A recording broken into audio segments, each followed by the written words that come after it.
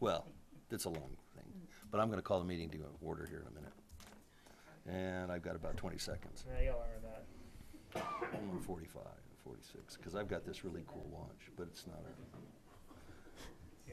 it's not a Submariner, but it looks like 30 one. seconds, yeah. So what time is I going to be here?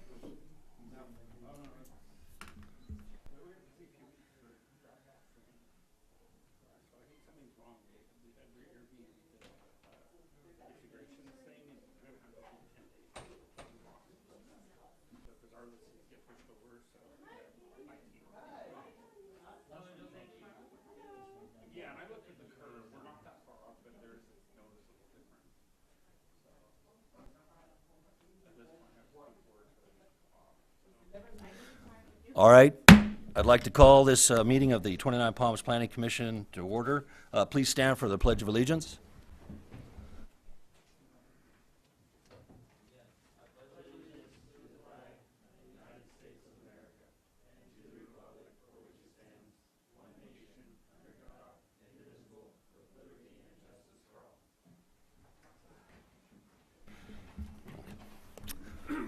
Please call the roll. Commissioner Dixon? Here. Let the record show that Commissioner Leslie has an excused absence. Commissioner Pahana? Here. Vice Chair Walker? Here. Chair Krushat? Here. Thank you. Now for announcements. These proceedings may be viewed on demand on the City of 29 Palms website at www.29palms.org. You may also live stream this meeting by going on the city website and clicking on the meeting agendas link. Before we go into public comments, I'd like to make another announcement. I will be chairing the meeting up to the point where we have the study session on vacation home rentals. It's been advised that since I am a vacation home rental owner, that they don't want to have any liabilities, so I will be excusing myself at that time, and I'll be turning it over to my very capable Vice Chair, Max Walker. I would also like to reiterate, just for transparency, 2 years ago when I served on the ad hoc committee, I was not a VHR permit holder, so I just wanted to make that clear. All right, this is the time for the public to address the Planning Commission on issues within the jurisdiction of the Commission that are not on this agenda. All comments are to be directed to the Chair of the Commission and shall not consist of any personal attacks. Members of the public are expected to maintain a professional, courteous decorum during their comments. There is a time limitation of 3 minutes per person. If you haven't already done so, please fill out name and address slips and give them to the Planning Commission Secretary. The Planning Commission is prohibited by the Brown Act, state law, from taking action or discussing at length items not included on the printed agenda. Public comments on specific agenda items will be deferred until consideration of the item on the agenda. Do we have any public comments? Would anybody like to make a public comment that does not have to deal with an agenda item, i.e. the study session where we're doing VHRs? Then I will close public comments. Commission comments and reports. Leslie, why don't we start with you? I didn't attend any meetings. However, I did watch the last city council meeting just to kind of stay up on everything that's happening with the city. Okay. Thank you. Jason? I have not attended any meetings since our last meeting. And Max? I have not attended any meetings since our last meeting. And I have not attended any other meetings since our last meeting. I would then like to move on to our consent calendar. I hope everybody had a chance to read through the meeting minutes of April 18th. Do I have any comments concerning the minutes? Nope. I motion that we approve the Plan Commission meeting minutes of April 18th, 2023. I have a motion. Do I have a second? I second. I have a motion and a second. Roll call vote. Commissioner Dixon? Aye. Commissioner Pahana? Aye. Vice Chair Walker? Aye. Chair Krushat? Aye. Approved.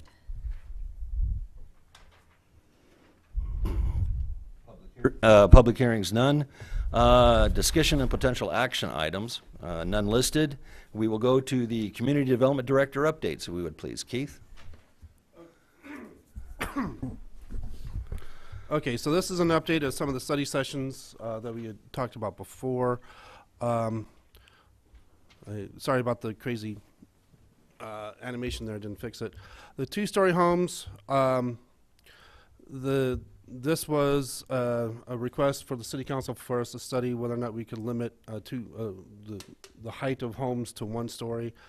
The feedback we're getting from legal and from the state is that once you're zoned for 35 feet, down zoning it is very much frowned upon, and it's probably not going to fly. Because the state is really pushing higher densities and taller buildings and all that, and more housing. So it looks like the 2-story down to 1 story just isn't going to happen. But we'll continue to look at it. We will also report this to the city council for further direction. The 3 downtown specific plan, actually 4 downtown specific plan items. We've been working on those in various degrees. We decided that we'd like to take them all forward at the same time later on this year and do one big update all at once as opposed to piecemealing it here and there. The single-family parking and garage issue that we had discussed earlier, planning on bringing that back on June the 6th. We don't have an update on campgrounds. We're going to come back for another workshop on that later on. These are the future workshops. The next 2-3 meetings. May 16th will be the inaugural meeting of the Planning Commission / Homeless Committee. So we have 2 appointees that have been appointed by the City Council to be part of the Homeless Committee. May 16th will be, and in fact we have one of the appointees here tonight, and there will be the inaugural meeting. So we're going to do some administrative things on that day. We do have a public hearing item that I'm not going to talk about now, but we do have a public hearing item. So there's a lot of administrative things we need to do at that time. Number of, how often do we meet, and the scope of the the scope of the mission and all that kind of thing. On June 6th, we're going to revisit campgrounds and legal access that we've discussed before. We've got some additional information we'd like to share and get further direction. June 20th, given the sensitivity of the Joshua Tree issue at the state level, Frank has asked us to potentially introduce similar regulations here governing Joshua trees. There are like regulations over in Yucca, so that is something we'll have to have a study session on. And also non-conforming use regulations, we're looking at that entire section as a whole as to its applicability and whether or not things get expanded and how long things can be continued if you're non-conforming, and et cetera. So those are the next 3 that we're pinning down for May and June. So, and that's where we are. Let's see. I think that's it. Yep, that's it. Do I have any questions from the commission for staff? Okay, thank you. Now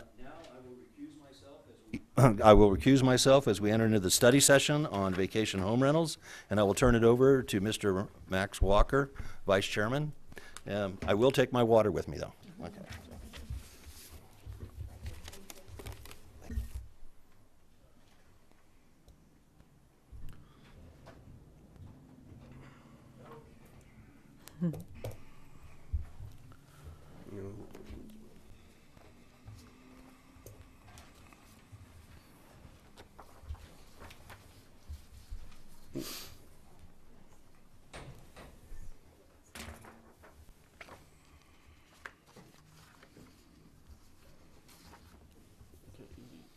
Yeah, okay. Ready? Okay. So this is the second workshop that we're having on vacation home rentals, on the regulations thereof. I do have, for if we need to discuss it, I do have loaded up the existing vacation home rentals, and we do have GIS, so we can, if we need to, we can refer back and forth. So these are the issues that were discussed at the April 18th meeting, and given the fact that we have 2 recusals, legal has asked us to revisit them briefly with the 3 commissioners that are here, and either confirm or change direction with the 3 that are here without the potential for a conflict. The issue was whether or not we should lower the limit on number of VHRs per permittee. this, currently the regulations are at 5, 5 per permittee. And should I roll through these all at once, or you want me to hit these bullet point by bullet point? I think we can roll through them all at once, and then we'll just Okay, comment on the ones that we want to comment on. okay, I have a question. yeah. Like, on this particular one, or do you want me to hold Well, after you that was roll my out? question, so, If you have a question or comment, let's do it as they come up. Okay, so if we're okay with the 5, but later city council's like, hey, I would actually like to have that too, they could change it because the policymaker that at is that time correct. could The change city it. council Okay. can, no matter, wow, Right, they're the policymakers. they are the policymakers. Okay. The commission's making recommendations, the city council can accept or change or whatever the city council does. I'm in consensus with 5. Okay. The consensus last time was the amount of insurance needed. The city council asked us to take a look at a $500,000 insurance requirement for liability. The excuse me, single-family homes built specifically for vacation home rental, whether or not those should be allowed or could be allowed. The National Park Buffer Zone, whether or not vacation home rentals should be given special consideration there, and the density per neighborhood. So these are the issues that were discussed and given direction on last time. So I'm asking the commission to reconsider these briefly and give us direction at this time. I don't have any issues that have nothing's changed for me from last time, from this time. I have a couple questions. Okay. Okay, so I'm in consensus with how we left it at $1 million for insurance. The straight to build vacation home rental, .3, I'm fine with that. The buffer zone, fine with that. The density per neighborhood, how can we address this concern that city council has? I know last time it was a little bit like, hey, we're at the 500, how could we possibly space these now? But if that is the direction or the goal of city council to do this, and the 9 meetings that Max had sat on, is there a way that we could instill a program now? That's why we're here. So if the direction is I'm going to make up a scenario. Like 300 feet or 500 100 feet? feet or yeah. not directly adjacent or no more than 2 adjacent or something. That is something we're asking for direction on. Okay, and then We could make that recommendation, and then city council would have to deal with the non-conforming issue once they approve it. So if they voted into the law, say, yep, you can't have a vacation home rental within 300 feet of an existing one, city council would have to figure out how they deal with the non-conforming ones that are too close to each other now. okay, but they are counting on us to kind of have that, But we'd have to come up with a plan as Yeah. to how they could go about that. how we identify the density, how we say you're going to mark your 300 feet from the corner of the lot, and then you can't have one directly across the street or directly behind you. How do we do that? And then how does the notification work? And then if you're on a 5-acre parcel, it's. So we'd have to go per zoning. It's like whatever zone, let's Yes. talk about how we're going to geospace those. There was 2-acre lot, in 5-acre lot. In the ad hoc committee, there was a recommendation.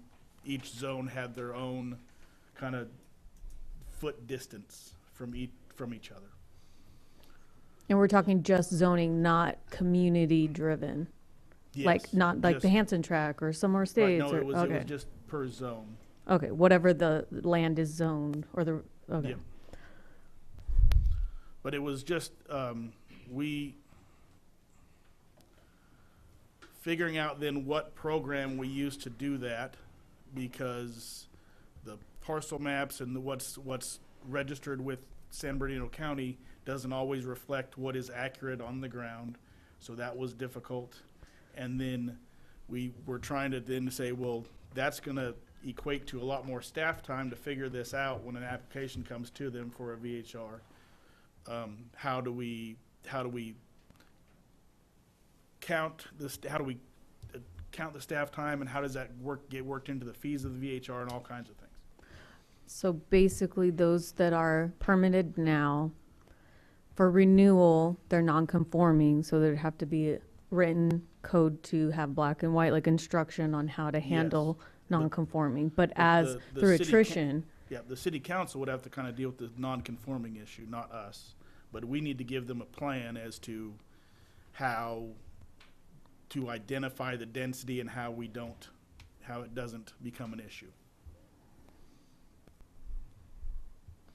There was a letter submitted to the city that they would like to read on this particular topic. So should I read that now?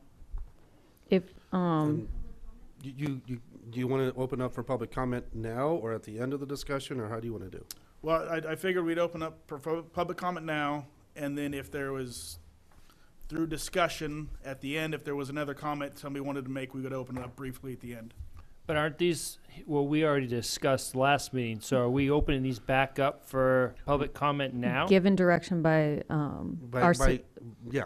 Yep. by our So- city lawyer, they had said, hey, since we have 2 recusals, let's revisit.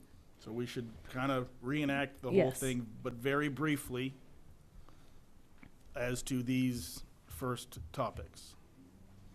Okay. Well, I mean, I don't think I had my chance to say anything yet either. However, I don't have any issues with either one of these. I know last meeting and other meetings we've talked about density. How do we do that? Obviously, we've talked and discussed about that. It's very hard to do with a program that's already re-existing, right? How do we not give someone opportunity to be a VHR holder just because their neighbor has the VHR? So to me, I mean, I think it needs to stay the way it is. And then if by some chance later on down the road, which once again, we talked about the software updates that could be possibly enacted, but then staff is going to spend more time doing that. I just think it's going to be a lot more intensive, more costly for the VHR applicant, because now all of a sudden we're going to be throwing that cost onto them, and I just don't see it happening. So it's going to be hard to do, especially now when we're already at that 500, to say, oh, sorry, you can't have it because, you know, you have too many in this area now. I mean, there's no fair way to do it, right? If we say you can't have one within 300 feet of an existing VHR, it'd be like, okay, the first one was here. Then the next one was here, so then we just have to go down the line. Number 72 finally creates a 300-foot buffer zone disturbance. So sorry, 72, we're pulling your license. I don't know how. Well, I how think we the would other go about thing that doing I would feel concerning based on information I've heard from public as well is, well, we have people that are building specific VHR homes for VHR homes without the permit for those. So I would feel that, in my mind, those residents might go and purchase a VHR to stop that person from building that VHR, which is going to cause now gridlocks and confusion that way. So I just think setting those actions is going to be terrible. Well, they do have, you have to build the home prior to Right. applying for Yes, them. Made but that like clarification, right? we've talked about. But they could, and then they last- have to pay the fees, and then they're holding when it, people but are there are saying rentals. that there's corporations yeah. out here that's doing Right. this, and now all of a sudden they see the house go up, and maybe they talk to someone, oh yeah, this is gonna be a VHR, and they're like, oh, I don't want the VHR in my area. I'm gonna go put a permit in for Right. my house, and I'll rent it out or whatever. Yeah, the one one night, time. yeah. Mhm. And now that stopped that person from doing that. Yes. Not saying that's gonna happen, but I mean, Yeah. that could be a concern that I would have by saying we densify the neighborhoods of VHRs. It's gonna be hard. So that's my 2 cents. So we have an opinion, obviously, but staff needs direction, right? So this is a very heavy topic that I don't feel like we're meeting the mark either way of like the needs of city council. So for you to have to do your job, you need to know, am I about to dedicate hours upon hours of trying to geospace what we currently have to any new, and then whatever renewal non-conforming would have to then follow that policy is pretty much how you're going to have to write it if that's the decision to move forward with that. Well, and we'd have to implement whatever policy. and Of We'll have the- to figure out right. administratively how to do that. Well, So- I think, too, with the commission here, I mean, we're giving an overall consensus for the whole city. Each council members responsible for a district, right? So they're going to want to please their district to the best they can to say, okay, we're not going to limit this many. So I think we have to sit back and look at what's best for the whole city and not just say, oh, because of this neighborhood, we're going to limit just these amount of people on this thing. It's not right. Yeah, I really thought the 500 cap was to like help minimize density, density? by just saying like, okay, well that's currently it. But if those start falling off and people are converting to long-term rentals, that means that a certain area could put another permit up and another permit up. So I think that's the issue trying to be addressed. So what do we help Keith with? I will say it's just not me personally. We have our staff here who To- implements the policy. So To make a recommendation to city council that we implement a density program, we don't have to come up with a density program in the Right next now, 5 minutes, right? We just need to make the recommendation. We come up with a density program. Then city council is going to say, great, we accept your recommendation. What's the program? Then we have to figure out the program, right? So your direction is, yes, there should be a density program, and you get further direction from the city council on what that means? I think we should do our due diligence again and look at what a density program would look like and how it would be implemented. I don't agree. To at least show the city council and the ones that are asking us to come up with this, that we're not just shoving it aside saying we can't do it. We at least say, hey, we spent some time and we put effort into it and we just couldn't figure it out. Or we could figure it out and this is our recommendation.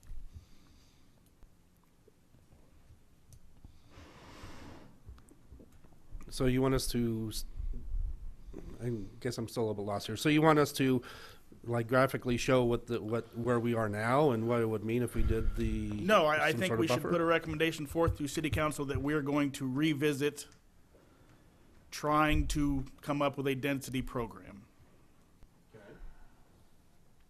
I just don't think it's feasible. It's a mighty task, but those that are concerned and how it could go, even if we're at 500, but if we're not and there's conversion and there's a potential for 35, 50 more permits or all 500 again, where could those possibly go? And I think that's the reason why people want to limit it. I understand that point of view and I want to help contribute to a solution. But it is a huge task to do at this point with where we're at already.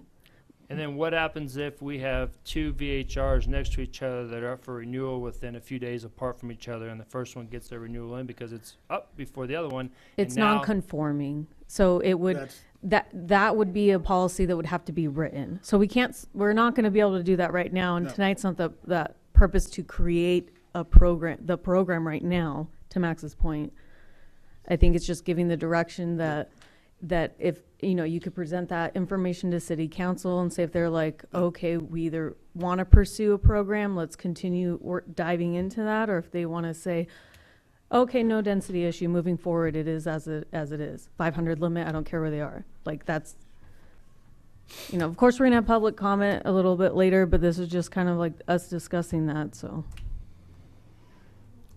Okay, so So we're pleasing to try to say could be possibly done, but fact, don't know I think at that this what I'm hearing is that the direction is for us to study an implementation program and see how that Yes, would work. to further study coming up with a density program. Not that it's feasible, not that we can do it, but we need to at least do our due diligence in, But didn't we look at that during the ad hoc committee? we absolutely did, but I think it's just to pull all those facts and meeting notes and just kind of have better data to make a better informed decision on how to do that. we're not open to public comment right now. We will open to public comment and then you'll have your 3 minutes.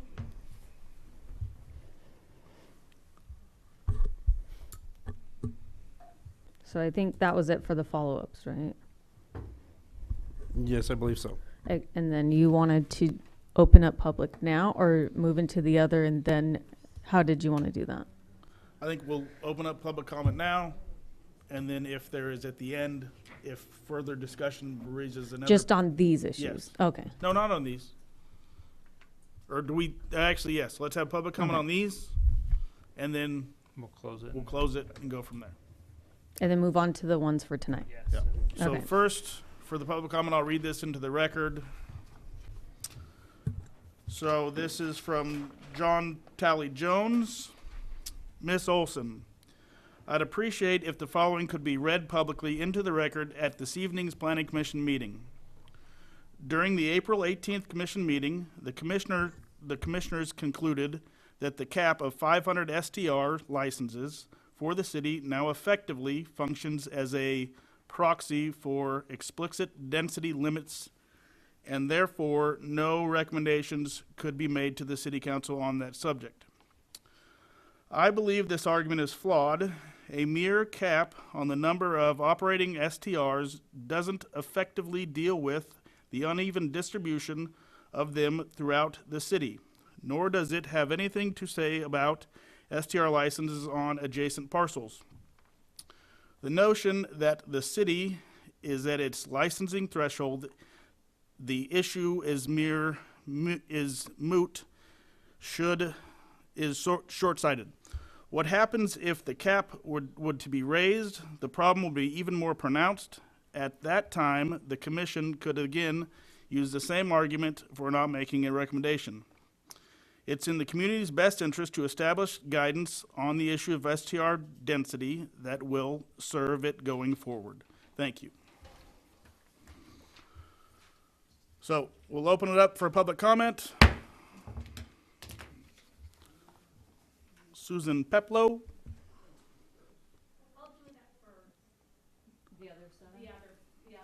Okay. Vino already asked to go last, so you're going to have to go before Vino.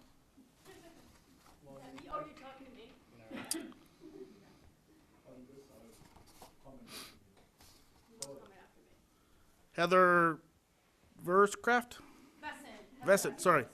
Hi, guys. I worked on the regulation in this exact room in 2014. Okay, so I think you're making some big mistakes with these. One, not lowering the limit, and why. Do you guys remember how the decision was made for 5?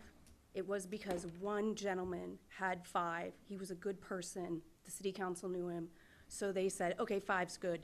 They didn't decide to grandfather him.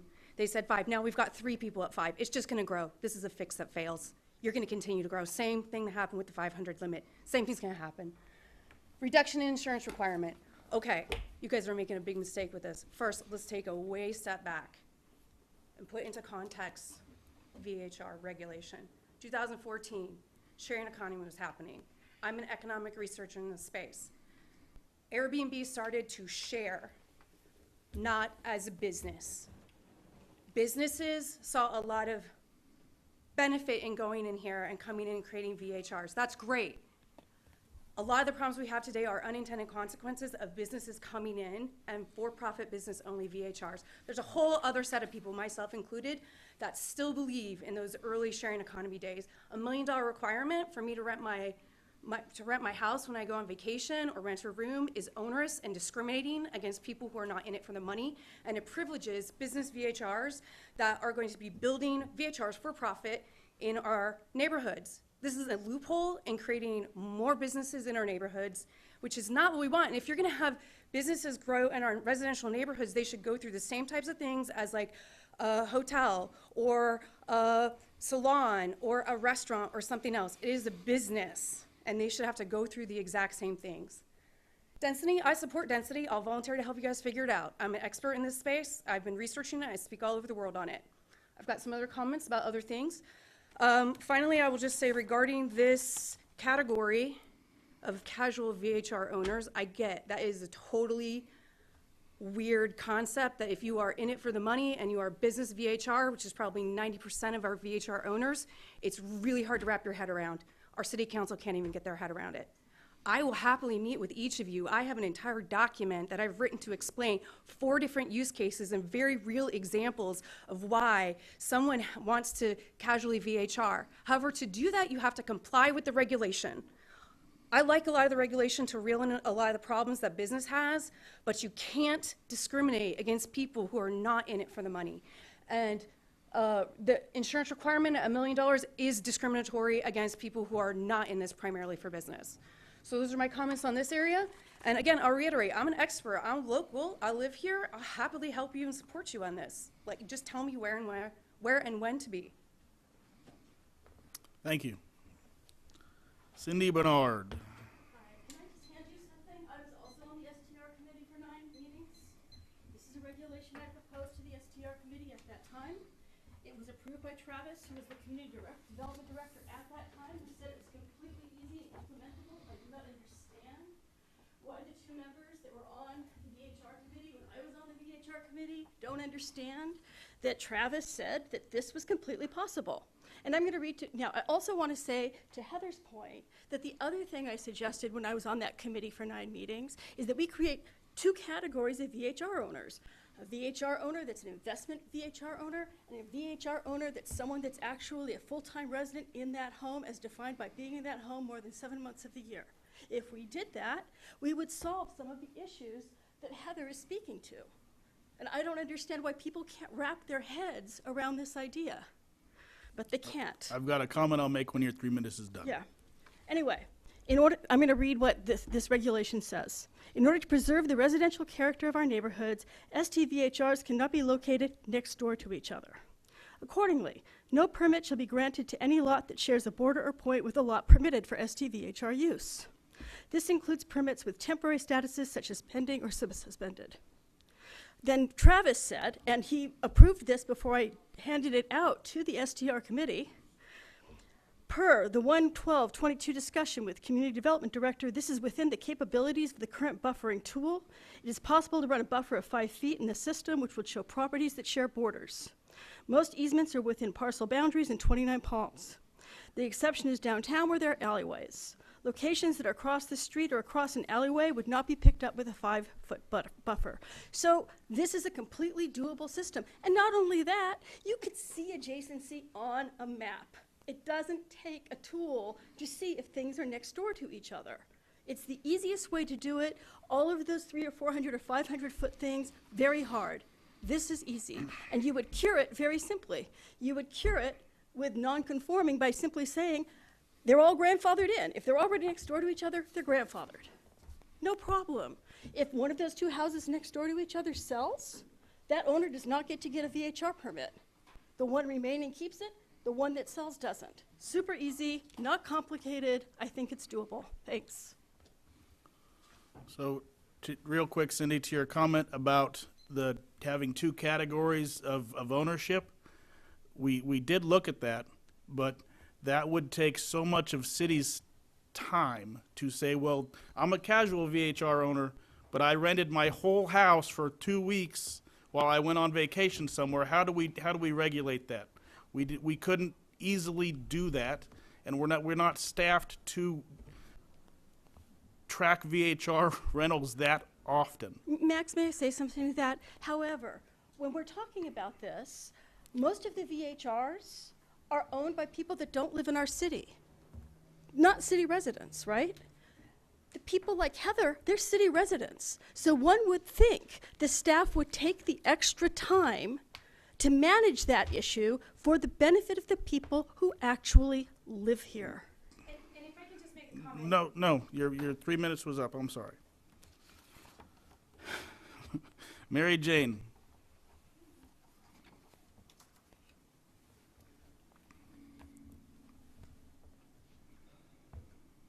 Mary Jane Bingy, 6528 Hillside Avenue, 29 Palms.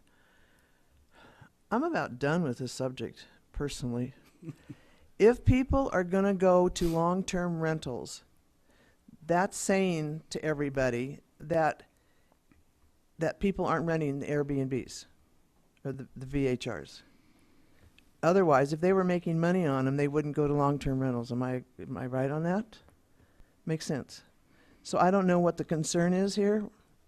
with the density. Cindy did have a good idea, but if you don't allow somebody, if they sell the property, not to do another one next door, I think that might be a solution to the density problem. But unfortunately, I was late. I thought you guys were 6 o'clock, and there was a couple of comments that I wanted to make, and I don't know how to sneak them into this little this little presentation. The city is, VHRs are doing good for the city. It's making money for the city. The people that are coming in here are cleaning up the city. I just don't get what the hate is for the VHRs.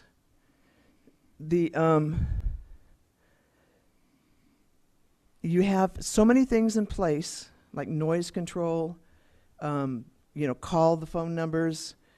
I have 3, and I don't have any complaints on mine. And I don't know how many complaints there are, but I don't hear the police going to all these VHRs because there's so many complaints out there. I think it needs to be let go. The reduction, I don't think that matters one way or the other for insurance. I think the people that have swimming pools might need higher insurance than the people that don't have swimming pools. If somebody is stupid enough to build a VHR without a permit, then that's on them. Why would you go do that without making sure that you are going to be able to establish a VHR when you're done building? I think the park should be protected at all costs. I don't know if that's part of this, but I think there should be a buffer zone, just like there's a buffer zone with the base.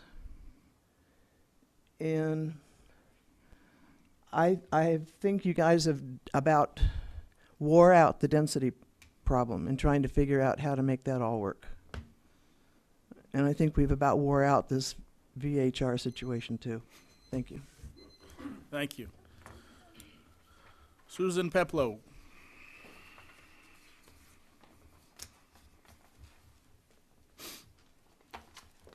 Thank you for your time. I'd like just to touch base on just a couple of these topics and then come back up about those other items.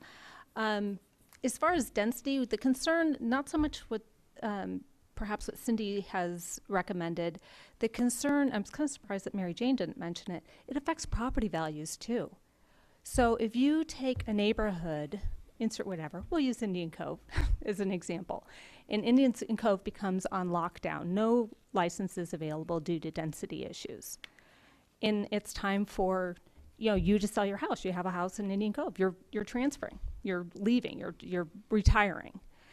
And you're listing your house compared to a neighborhood, 2 neighborhoods over, Panorama Heights, that doesn't have a density issue currently. And you have, I guess where I'm going with this is you're potentially limiting people's ability to sell their homes when it comes up.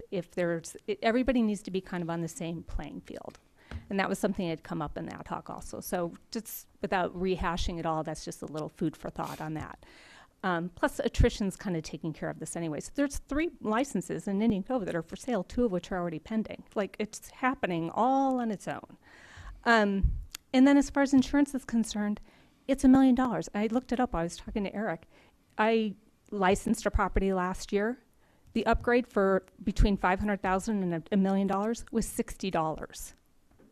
I'm not a giant corporation. I could afford the $60. I was happy to pay it to move it up to $1 million to protect myself and to protect the city. So that's just a little reference point. Thanks. I'll be back. Thank you. Vino, you're up.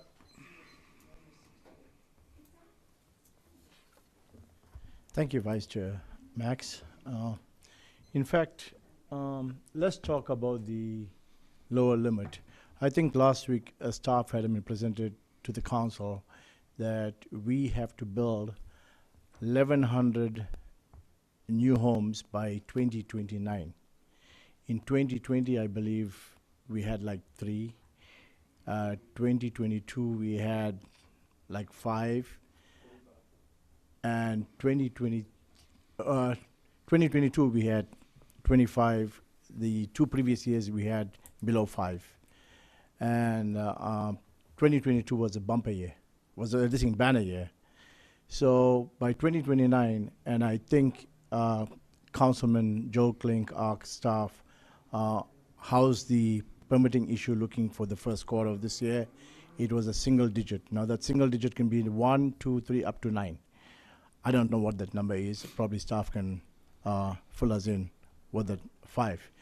So based on that trend, it doesn't look like we will meet the state housing mandate. And state does have a right, I think, to revoke all our grants to the city. While we're looking at TOTs, we might shoot ourselves in the foot.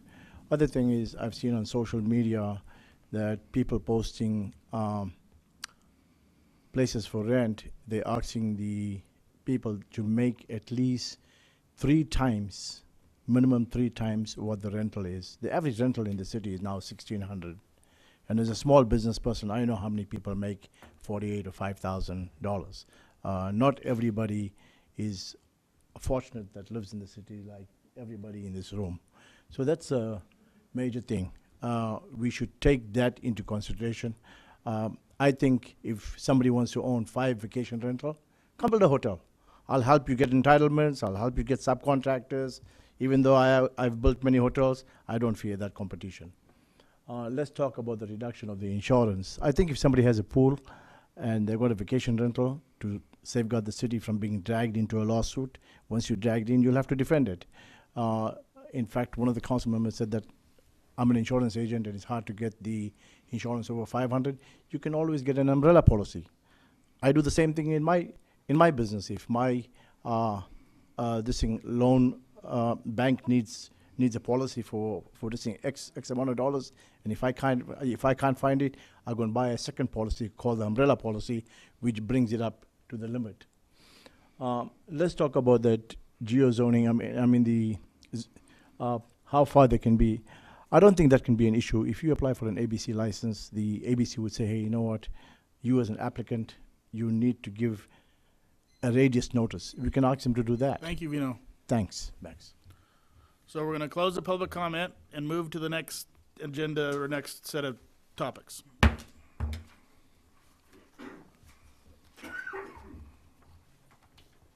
Okay, so there were 2 items that were pushed to this meeting, and I will bring it up with the rest.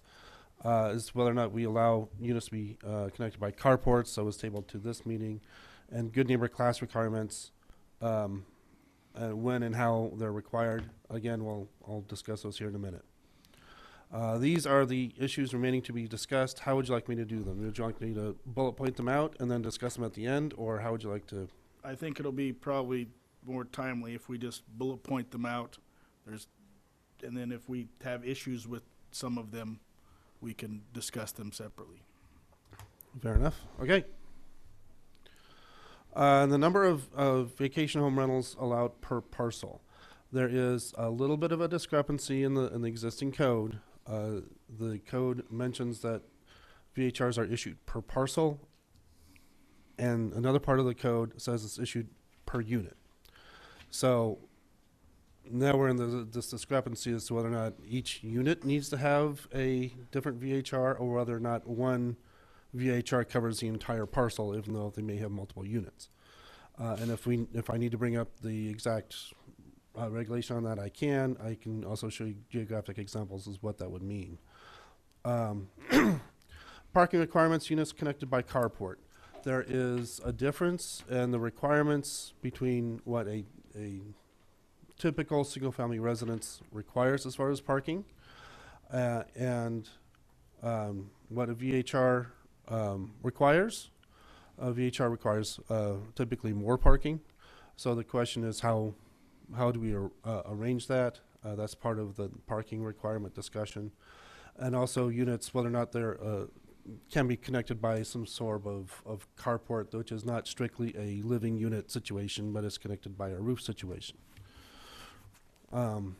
This is not a topic that we're looking for direction on, but as far as, but in the future, we'll be issuing, typically, we've just been issuing like an approval letter for VHRs. We're going to start issuing conditions of approval on VHRs. So that way, if there is some sort of misbehavior in the future, we can cite them by saying, you know, you did not comply with condition number 14 or something like this.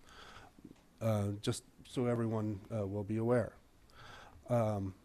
Response time for nuisance complaints. Help me out, code enforcement. I believe our policy is now at 1 hour. Is that correct? Correct. And looking for directions to whether or not that that should be reduced or somehow modified. Storage of recreational vehicles. So this is one of those instances where what is allowed in a typical single-family residence may perhaps should not be allowed in a vacational rental lot. If you have a single-family residential lot, you are allowed to store a recreational vehicle on your lot. We have had instances in the not-too-distant past where recreational vehicles were stored on a site that was also used for a VHR, and they were advertising that that recreational vehicle could also be used as part of that, which was not a part of the original permit.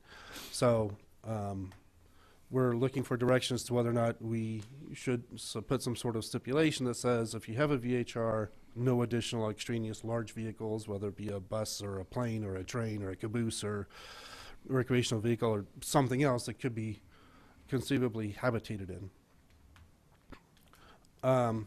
This is actually happening quite frequently as well.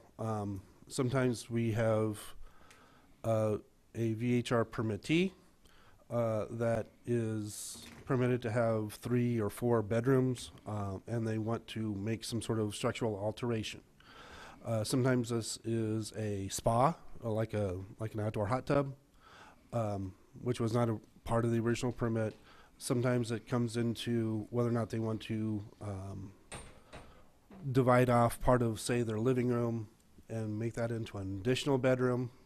Again, this is an addition or modification to an existing VHR. So we're looking for direction as to whether or not what process that would mean to modify those, whether or not we need to re-advertise, whether or not we need to handle it administratively, that kind of discussion. And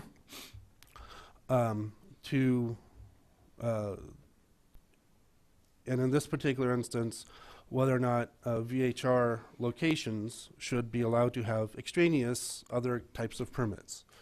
For instance, a home occupation permit, a temporary use permit, or a film permit.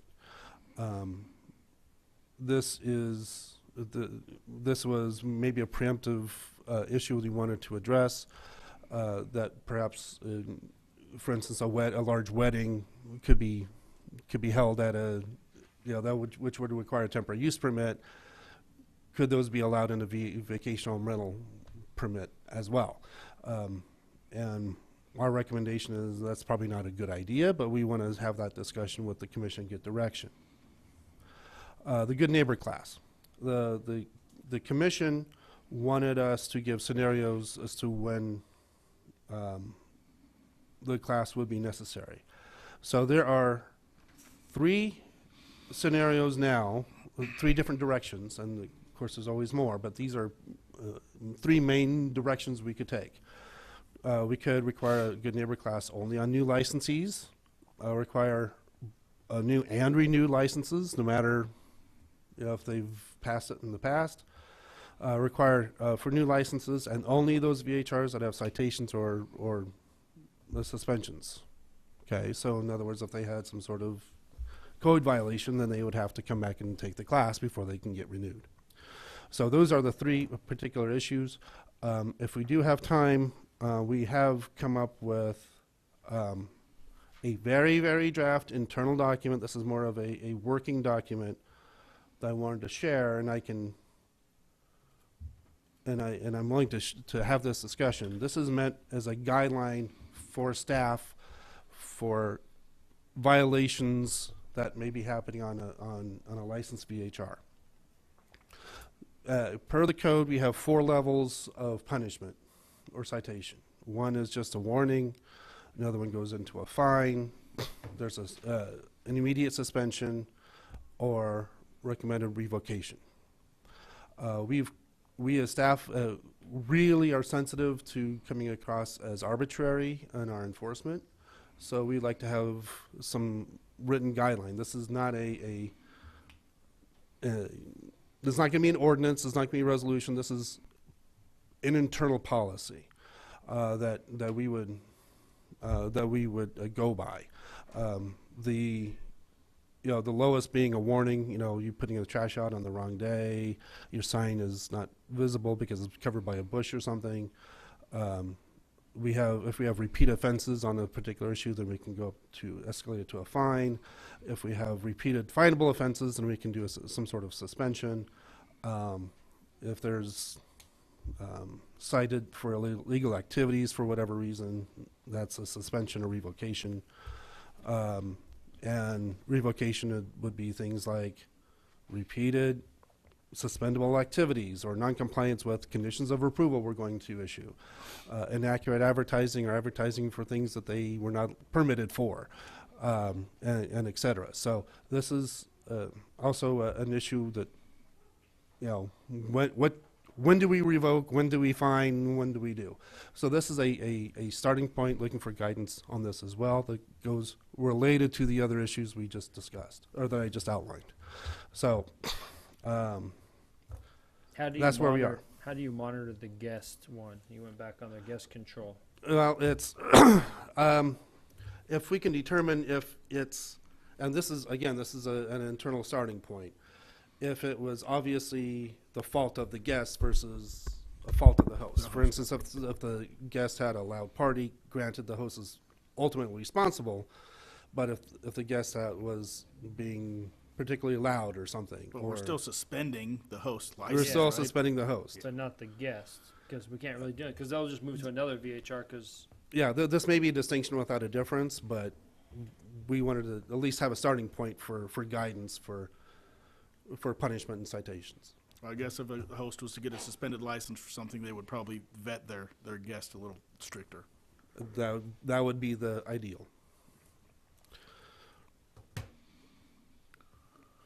So this is where we are. Are they familiar with that information, the hosts, when they get their permits on this is their? Well, this is the first time anyone is looking at this particular chart. So this And again, this is for our an internal So how are we going guide. to disseminate this information, I guess, is the question I'm asking to the host, if they already have their permits, and if we talked about not having to do the good neighbor class every renewal. Well, that's what the good neighbor class is supposed to. Well, it could be worked into the good neighbor class when they take their renewal every year.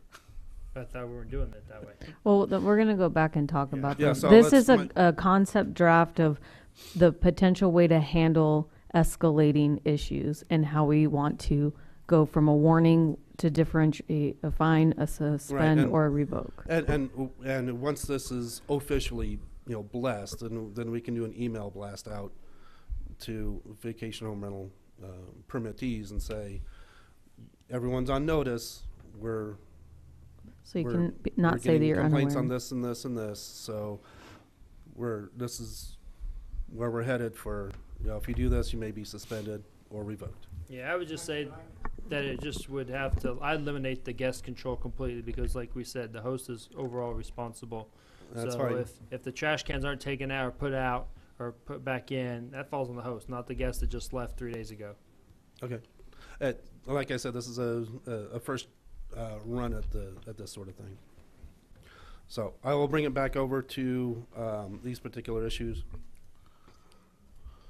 And if we need to bring that back up, we can. I can also bring up the regulations if we need to.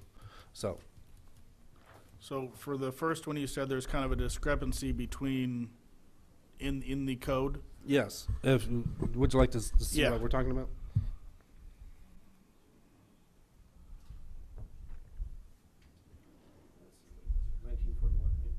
Mhm. I'm gonna have that burned into my brain. Okay. So this particular, in fact, it's in this entire section. One says vacation rental shall be limited to those dwelling units, and the other says the vacation home rental may be established on any parcel. So is a vacation home rental on the unit or on the parcel?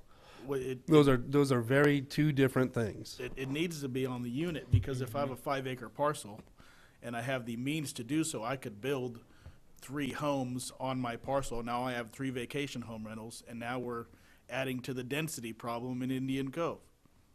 Or So- anywhere. Or anywhere, for that matter, but it should be on the dwelling. I agree. You don't want the parcel, regardless of how many structures, that it's only one vacation rental to this one APN?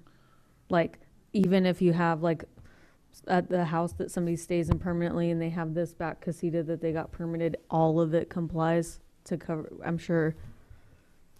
Or are you just saying it's okay that all these trip hazards and non-conforming building code and safety is on this building, but this one's good because we permitted this one?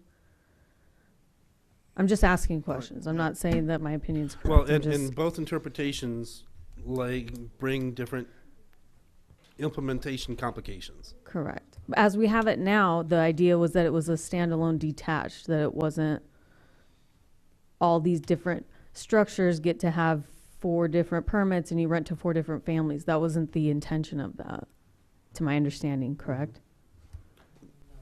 But we do have some like that. Yeah. So you could have, There's no limit in the code as to the number of permits you can have per parcel.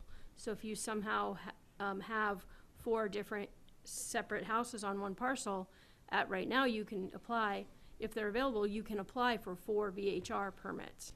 Is that what the commission wants? Should someone be able to have 4 VHR permits on one parcel? And keep in mind, state law now says you can have 4 units Yeah, on I one know. parcel. but are we trying, is our intention to allow 4 different families, 4 different renters to into those, or is it just one rented out? Okay, so all if at we, once? if we go by the unit, each unit could then be rented out separately. If you go by the parcel. parcel, all the units would have to be rented out at once. They could not be rented out separately. Which is, I guess I'm having some questions about this because when we approved a particular permit, there were 2 structures on that unit and we said all inclusive. So he didn't get to go this house and that house. And that's the way it was applied. The one with the ADU, he had to rent, if he's renting the main house, he also had to rent the ADU. So why am I having a So then- misunderstanding about now we It's- actually it's do not in allow the- for, It's not clear in the code. This But is, so it should be One or the other. one for the parcel then, right? So if not unit. not Because unit, yeah. otherwise, some people are doing that versus we approved one that only, he had 2 structures, but we said 1 permit. Well, that's the way, the gentleman applied for 1 permit, and he included both structures on his application. But he does have the ability to apply for another permit. He can modify his first permit, and he can apply for a second permit at this time for that second unit. Okay, my vote would be per parcel. But I think I'm with Leslie, kind of with more clarification, that it should be per parcel. Yeah, I agree. Because then you're having like a mini apartment complex going on in one situation when we don't even allow duplexes to have. So yeah, this is really all over the place. So, it really is. so I This don't is why think we're just because you have asking for extra, direction. right? Yeah, okay. So we need to figure out direction to give them because right now we don't allow a duplex to rent one side. Right. So why would we, with multiple detached, maybe by a carport, be able to have 4 different permits? Well, and this is, in order to not be biased here, I took an area not in 29 Palms. In this particular instance, there's a main house and 2 other structures here. So they could either rent, so the direction, if we go by parcel, they could rent all these out at once, but if you have 3 different STR units, they'd be able to rent each of those out separately. And this is not a unique situation here. This is the same thing here, and in this particular situation, it's very similar because that's just how the houses were built back in the day. My opinion is parcel. I'm with Leslie on one permit per parcel. Yeah, So and if you- currently there are, we do have some situations where we have multiple VHR, and it's one of those grandfather things. If we do go down this path, you know, those that have been issued, we're not gonna get rid of them. I mean, it's, so just. wanna Yeah, put it and out city there. council could set an attrition by this date. I want everyone in compliance with this, so by 5 years, sorry. Like they, you know, they can decide a stricter thing, not to just like continue gratify. They can say by attrition, I want this rule implied by all. Mhm. Yeah. So, that's one of the things that has been puzzling our department for a while. And I can see why. So sorry, Max, but yeah, the guidance would be clean up that particular section. Mm-hmm. Per parcel. Yes. And of course, we'll have public comment later before anything's, yeah. Yeah. Yeah. Okay. So parking requirements, units connected by a carport. And that we briefly chatted about this in a previous meeting about parking, driveway, streets, first come, first serve. So in regards to parking requirements, can you pull that up so we just all are seeing the same thing? Okay, so, just keep in mind, single-family residences in a different part of the code, and I'm not gonna switch back and forth in different parts of the code. But single-family residences, require 2 covered spaces. Doesn't say garage, but 2 covered spaces per unit when you build a new home. Okay, parking. But we're looking at that coming up. And we're looking at And we're that looking- coming up. And the general plan, that's That's a what super. we're going to discuss later. Okay, so here is a parking requirement. Vacation. The idea here is if you're going to have a VHR, we want off-street parking. You don't want parking clogging up the roads, streets. yeah. Vacation rental must have a minimum of 2 off-street on-site parking spaces. When the unit consists of more than 4 bedrooms, each additional bedroom or sleeping area beyond the first floor shall be provided with 1 dedicated parking stall. In no case, a number of vehicles exceed the number of on-site parking spaces available. And this is a citation that we could do if they have too many cars. We could cite them for having too many cars parking on their thing. We can discuss whether or not it's an overnight thing or just a temporary thing or whatever. No portion of any such required parking stall should be located within either a required front or side yard setback area, which I want to get some clarification on that as well. If I need to blow this up, I can. All required parking spaces shall comply with the location design standards of our off-street parking ordinance. So, it's this particular section here.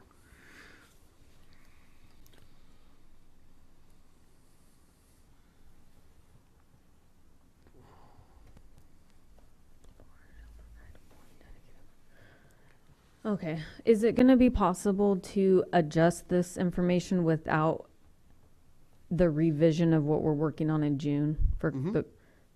so you want direction on parking? Just for VHRs. VHRs. And this in particular instance, the questions we would bring up is, would the driveway be acceptable? You know, to count as parking spaces. It says we can't park on front or side setbacks, so that means that any additional parking would have to be done in the rear. Do we still want to require that? You drive around town, and there's a lot of people parking on their front lawns just because that's what they do. So, is that? Because they have a 4-bedroom house and they have a lot of people that live in that house and everyone has to park somewhere. Everyone's right? got to park somewhere. Okay, So, I have 1 car and park in the yard next to my driveway. nice. So code enforcement does not prefer this because the way the code is written that they enforce says driveway, which is the path to the garage. it's another unclear issue. Okay. I guess it's hard to do that without knowing what we're about to change that, but we can't talk about the future. We're talking about We can always STRs. postpone this and you can always take public testimony and postpone this particular decision if you like. Commissioners, so basically what we find ourselves is we do get a lot of complaints from neighboring parcels. They say, well, they have too many cars. The cars not necessarily are in other people's property and they're not impeding the passage, but they just get upset because there's too many cars on an adjacent parcel. They are not, sometimes they're not even affecting anything, but they just don't like it. So that's the issue here. Like, where would it be acceptable? If they're on the street, obviously, if they're licensed and operable, there's nothing we can do because they're legally able to park on the street. So that's the biggest issue that we find ourselves with that. Okay, so we could potentially just set like a vehicle limit or per Well, then house. we or- also need to look at daytime versus nighttime, right? Because if I have a VHR and I'm gonna have a birthday party for my daughter, there might be at some point in time more cars there than the sleeping spaces, but there would not be at night once people are sleeping, once the party is over, and it wasn't loud, or cars in a ruckus. Just having a nice little birthday party for a 6-year-old. But there might be more cars there than there are legal parking spots, so we parked in the yard where the owner said we could park. But then we needed to make that distinction too, because that was something we had talked about in the ad hoc committee, was for this parking thing, was specifically, what do we do if they have a party and they have, there's only 4 bedrooms, we can only have 4 cars, everybody else, you gotta find somewhere else to park. Then they're parking in the street, and that makes everybody else aggravated. I like the idea of tabling till we have, Until we talk about the covered versus garage versus carport issue. I would like that. That's my opinion. I'm okay with that. So table. Okay, do any other words from code? It becomes a matter of enforcement as well. So if they're parking on the street, there's not a street in 29 Palms that has restricted residential only parking. So how does code or the sheriff's department or anyone know which vehicles belong to which home? Now, yeah, if there's a VHR and there's 20 cars parked out front with Washington State tags, we can make it guess. Right. I think that when we table it and solve the other issue, you'll have your fire code and safety and more of like something to stand on to enforce at that time versus just like, oh, I think it's a party, it'll be fine. Like, you'll be able to go like, hey, even though it's a party, you can't exit safely here. And we'll kind of like, I think later determine the carport situation, what's required, where's parking, and then you'd have something more to enforce. The other consideration, it's something that we're dealing with more and more frequently, is commercial vehicles at VHRs. So we're seeing some of our VHR owners, a handful, in denser neighborhoods where the guests are looking for something a little different. You know, they want to be out, you know, in a quiet 10-acre parcel. They don't want to rent in a traditional neighborhood. So we had at least one instance where the entire VHR was rented to a road crew. And that crew brought all their commercial vehicles to the property, some on the street, some on the front lawn, some in the driveway, some wherever they could fit the commercial vehicles. So that's another consideration. We could limit this to passenger vehicles to address that. So that way you don't have commercial vehicles parking there. Right. That could be a way to address that. Yeah. But of course, the code doesn't say that. Well, we got some work to do to be able to make this make more sense so you don't have back and forth, is what I'm guessing. Oh, yeah. That one needs to come back? Yes. Table until garage discussion, yeah. Again, the conditions of approval, that's just more of a notification that we're going to start issuing conditions of approval. You know, again, some of these on the parking and comply with noise ordinance and that sort of thing. So Yeah, I agree with conditions of approval. yeah, we'll start issuing those. Response time for nuisance complaints. Yeah, you mentioned would be an hour. We have an hour now. That's our policy. But we do have, right, that's our policy, that you call that number and somebody has to respond to that, not saying the city or code enforcement or No. that number you call is responding. It's the permit number response. The homeowner or their agent has to respond, correct the issue within an hour. Right. Okay. And there's needed direction for that? We're getting complaints that an hour is too long. and that Like Yeah, the they- noise is continuing and you're not out here and it's been an hour It's been since an I called. hour, Oh, yeah. okay. I mean, So that could go into that, not fee schedule, but maybe perhaps, you know, you can make a documentation of how many times they've called. Like, I guess you'd have to verify that they did call. How do you know it's been an hour later? But I mean, I could see that if you're next to a VHR, they're having a raging party, and it's 10 o'clock at night, and you're like, I've called at 9:15. This last 15 minutes is going to drive me nuts, and then they don't show up till 9, 10, 20. You're going to be probably pretty upset, and it could lead to further issues.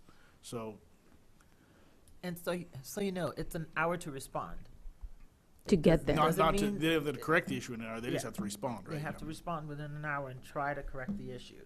A lot of times, a lot of the complaints that we get is that they're calling the numbers, they're not getting a response. So they're not getting acknowledged, they're leaving voicemails. So the issue is that they're calling the 24-hour number and they're not getting any feedback whatsoever. And then you find out about it because you get called on the other line? We get either calls to our Southwest Security or whatever, or we'll get the emails or online. They'll keep on putting in complaints about the issue.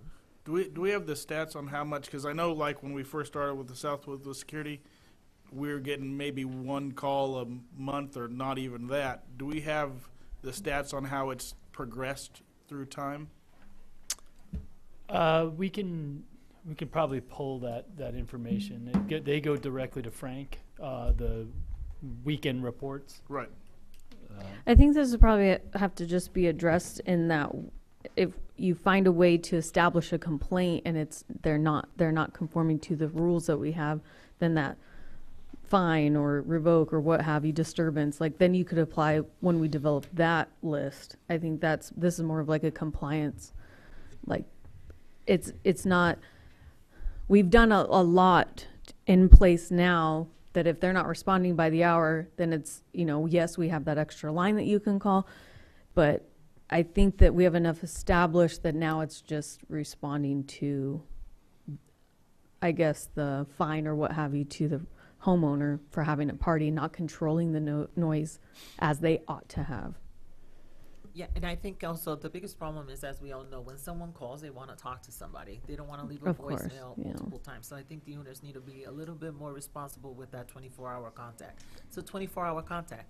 So you should have I agree. Answer back, or So there has to have be a somebody answer it. consequence. Yes. Mhm. Yeah. So I think that would be compliance. Right, and what you're seeing here in this particular round of discussion is a lot of these are compliance issues, not issuance issues. Mhm. So once you have it, Mhm. So yeah, we need to spend maybe a whole workshop establishing the consequences. and that's fair. So And the compliance issues and consequences, yeah. the compliance and consequences. I mean, we can certainly push. I mean, we'd be glad to get some preliminary feedback on what we've done so far, but we can, if we need to have a separate study session, that's perfectly fine. Yeah. As one of the conditions of approval, could you make it that you must answer the 24-hour line? And that's what the topic of this particular Yeah. discussion is. Yeah. So it's, Do you have guidance on that? that's what we're looking for. So if is an hour is that enough? Is that too much time? Should we reduce that down to, I don't know, half an hour or something? Or should this be a I think an hour citational is thing? reasonable, and I do believe that if you're running your situation, you're going to do your darndest to make sure that you're complying. And if you're getting a call, and if not, there's a consequence.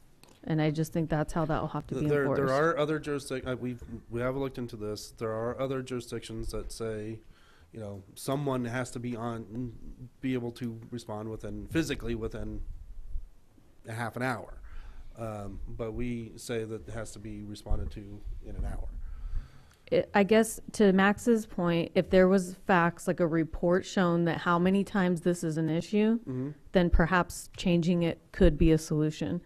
But if it's not happening that often, per the facts and the data given, it might not warrant a change. It just might warrant a consequence to make sure everyone's not gonna not miss that call, right?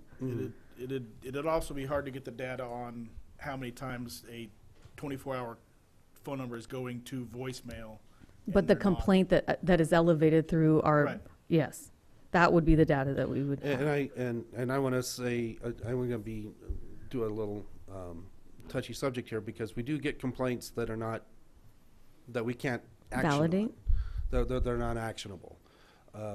Children playing in a pool at 3 o'clock in the afternoon and being loud, they're allowed to be loud at 3 o'clock in the afternoon in a pool. We can't cite them for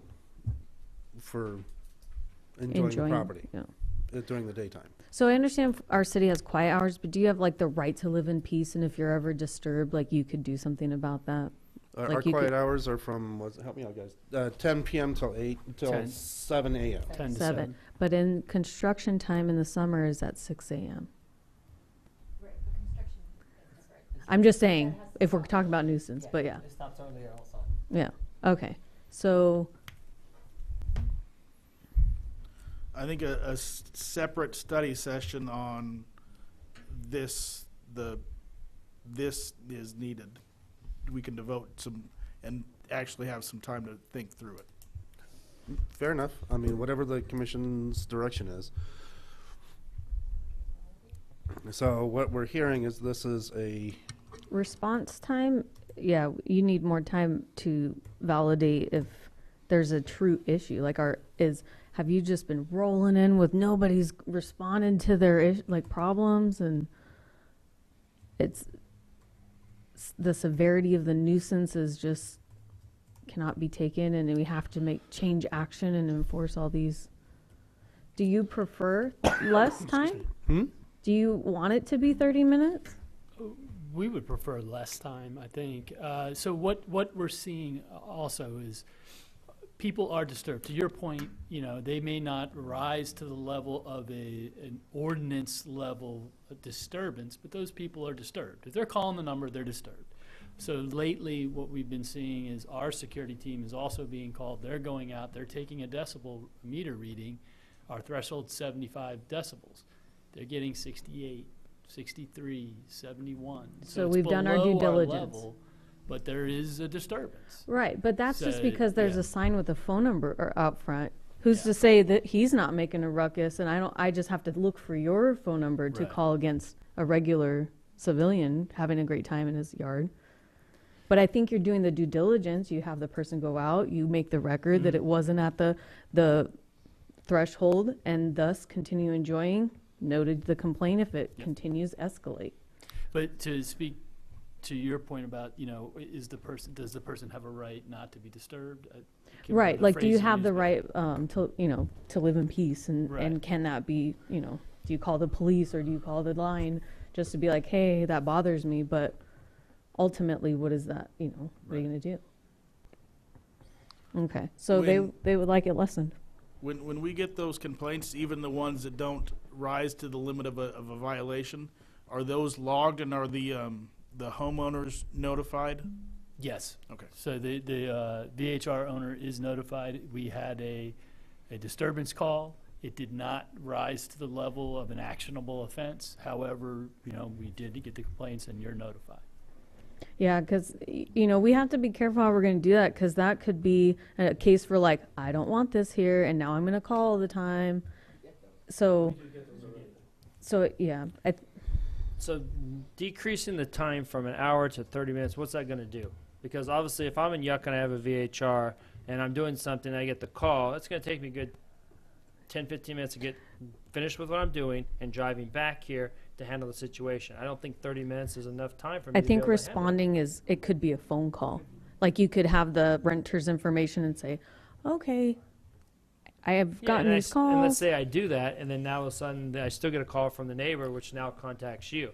And they're contacting you because they didn't get a response or a physical in-person response. Yeah, response from them. But I made contact with my renter at that time, or that occupies it, and nothing was done. But now all of a sudden that's contact. I think so. I mean, I think hours is feasible. I mean, I know a lot of on-call status that we do. It's an hour response time, and we're talking about people in crisis, not talking about kids playing in the playground, in the pool for loud nuisance. Yeah. Mm-hmm. So. table for further information from staff. I believe that summarizes the discussion, but you can correct me if I'm wrong on that. Yes, it does. Okay. Okay.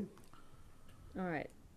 This is a tough one because half the point is we're just these homeowners and we rent occasionally or we don't, and I'm a corporation, but I can't store my RV there. And then we are talking about parking later and garage and carports. Should this be included in how we allow and what we allow to park? Or commercial vehicles. Large vehicle, commercial. And I don't know if you could say large. What if I prefer a lifted? I'm saying large is a joke. I know that's not a technical term. Okay. Because we've had instances where people were renting out a bus or part of a plane or a caboose or. I understand. But that for would lack of be- a better term, a large vehicle. But that would be in the description of what they're actually renting to. If I have a VHR and I leave my RV in my driveway and I don't have that as described and I have it locked up, now I'm going to be penalized for leaving it there even though I didn't initially say I was renting it out? Because once again, if we rent it out, we know it's a violation, and now all of a sudden we're going to bring up the host on that violation. Or if it's even just stored. We're talking about like, can there be a fifth wheel in the backyard, in the front yard, parked wherever it is parked on your. Yeah, that's what I'm saying. And I can you think- have a VHR permit? Yeah, I think you should be able to. You should be able to, but you can't at all let them use that RV or ATV or whatever. They can't use those things. And then if, once again, someone sees that, then they make that call, and then that's when we'll penalize the host that way. Good. So that's what we're dealing with. Like we had the two that were up for revocation. They had their legally licensed VHR, and then separately they were listing it on a separate website, the RVs. So yeah, we did catch them. But my point is, if it's a non-owner occupied VHR, it's strictly an investment property. The owner does not live there. The RV is not going to be ever allowed to be habitated. Why is it there? So we have another situation where we had a pool house that was not part of the permit. And then all of a sudden we see an advertisement listing the pool house as the fourth bedroom. That pool house doesn't meet anyone's code for habitation, ceiling height's too low, et cetera. So it's the existence of something that's not going to be permitted as habitation.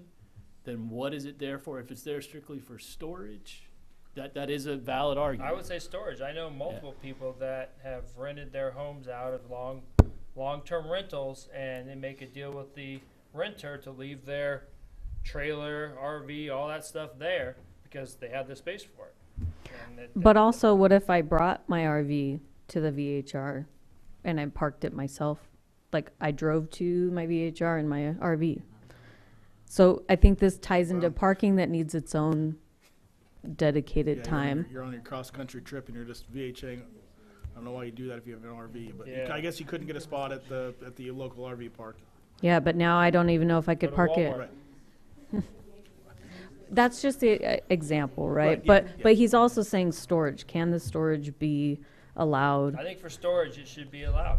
Most of the cases that we had have done because, they did a VHR and then they went and tried to Advertised it somewhere else. advertise it somewhere else, and you caught it. So continue to do that. A lot, work to- some of them don't list it as an actual addition. We actually have to go through the comments of the people that stay. That's Oh. where Yes. we get the complaints. We get the complaints, and it's not listed. But if we go through their comments from the people that have stayed, they'll say, "Oh, it was great, and we used their RV, and it was wonderful." And we also had one gentleman that owns a VHR and asked if it was okay, like your example, for people that are coming out in town with their RV, can they bring it here, stay in the house, replenish it? And we actually said it's tricky because if they have an RV, they should go to the RV park. Yeah. So it's kind of a tricky situation for that. And it's not uncommon. I mean, I've experienced it myself when I've stayed at a VHR. Once the booking is made, you'll get an email from the host saying, "Oh, by the way, there's this fill in the blank, extra unit space, DM me and we can arrange for that to be opened. And it's not listed on the listing. I mean, and the comment I got on one particular space that was not habitable, I can't be responsible for policing where people sleep. And it's like, well, that's pretty much your only job. Well, people could also go back and, in my eyes, would say, well, hey, you rented this out, and they were requesting other additional, and I could DM and say, hey, well, I got a trailer I can bring on site for you to use for additional charge as well. And then when they leave, it's gone, and by the time you get there, you don't even see it. So, I mean, it could go both ways. So, I mean, we would just have to take people for their face value that if they're not listing it, then it's there for storage. And then if they're using it, hopefully residents will see it and make that call at 24-hour-9 or call you guys, and then we handle it that way. And then we come back to the relocation like we did on those other two. And then maybe there's a different outcome for that.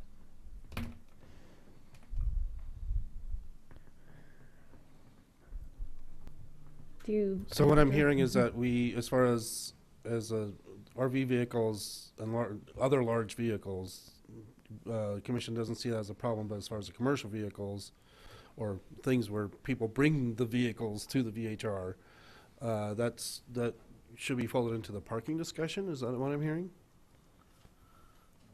Well, I think pre-existing, for what I'm looking at is pre-existing storage of recreational vehicles should be allowed. Now we're talking about a VHR guest bringing in a big rig. Now that's going to compare to what the streets gross vehicle weights are, and now so that's outside of what a residential area can hold for a big 18-wheeler. So I mean that's where those issues would have to come in, and we have to cite from there. But my personal preference for storage, I think it's okay. I think you could store a recreational vehicle at your VHR. Yeah, I think you can store it. I think the large vehicles, I didn't mean to cut you off, No. I'm sorry. But the large vehicle, commercial vehicles, if you're talking about parking, then yes, that would be held later at the parking discussion. But if you're saying storage of large vehicles or semis on your property, you probably have like 5 acres, right? We're not trying to, are we talking about fitting these in? So what I'm hearing is that there's a difference if they're owned by the owner of the property, or if they're owned by the leaser of the property, or if they're brought on board, or if they're already there. Well, no, I don't see a distinction at all. I mean, the host that has a recreational vehicle there for storage is allowed. Now, do I think a LLC that's going to have a vacation home rental is just going to bring a recreational vehicle there to store it? Most likely not. So if that's the case, then hopefully we will find that they've been rented and they'll be cited or whatever those 4 tiers are. If I have a vacation rental home and my fifth wheel's parked on the side of my house and I rent my VHR, this is storage. How would you as code enforcement know if I have a renter there or it's just me? Like, why can't I store, you know what I mean? Why can't I store my fifth wheel on that property if I rent the house out for VHR? As an owner occupied, No. or not? No. This is my house. How do you know if it's me living in my house or if it's a VHR renter at that time? So your biggest concern is a stored RV or a used RV, like somebody's using it? Either one. If the RV is there and you're an out-of-town VHR owner, that's what we would consider an attractive nuisance. This is a vehicle that cannot be rented as a VHR, cannot be used in any way combined with the VHR use. It's there. The owner says, well, it's locked, but I can't control if somebody goes in there and sleeps in there. And that's... So the biggest concern is that that's not part of like the whole safety inspection for a permit. Right. Okay, so you would...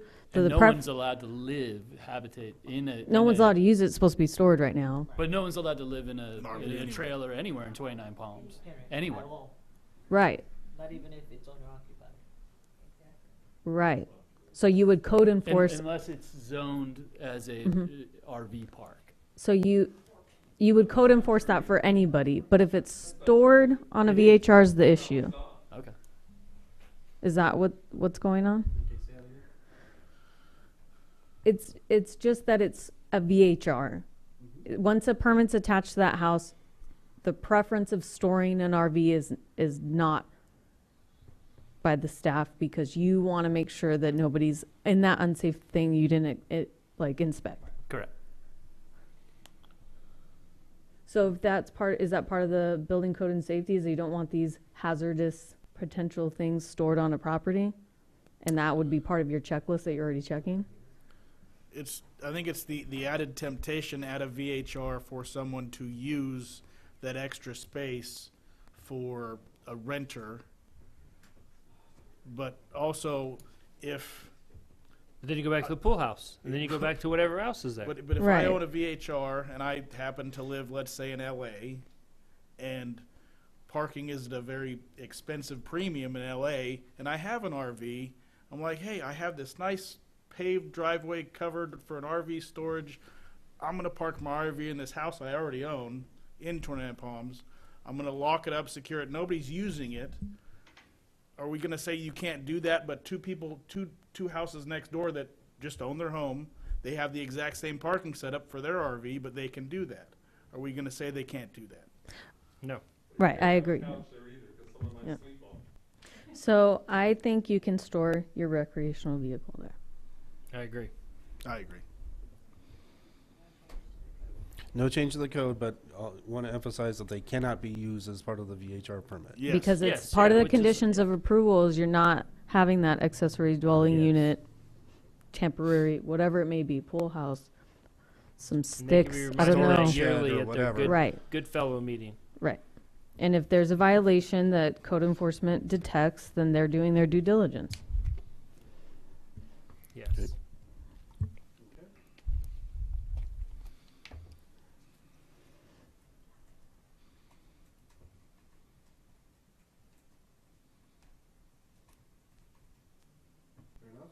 Mhm.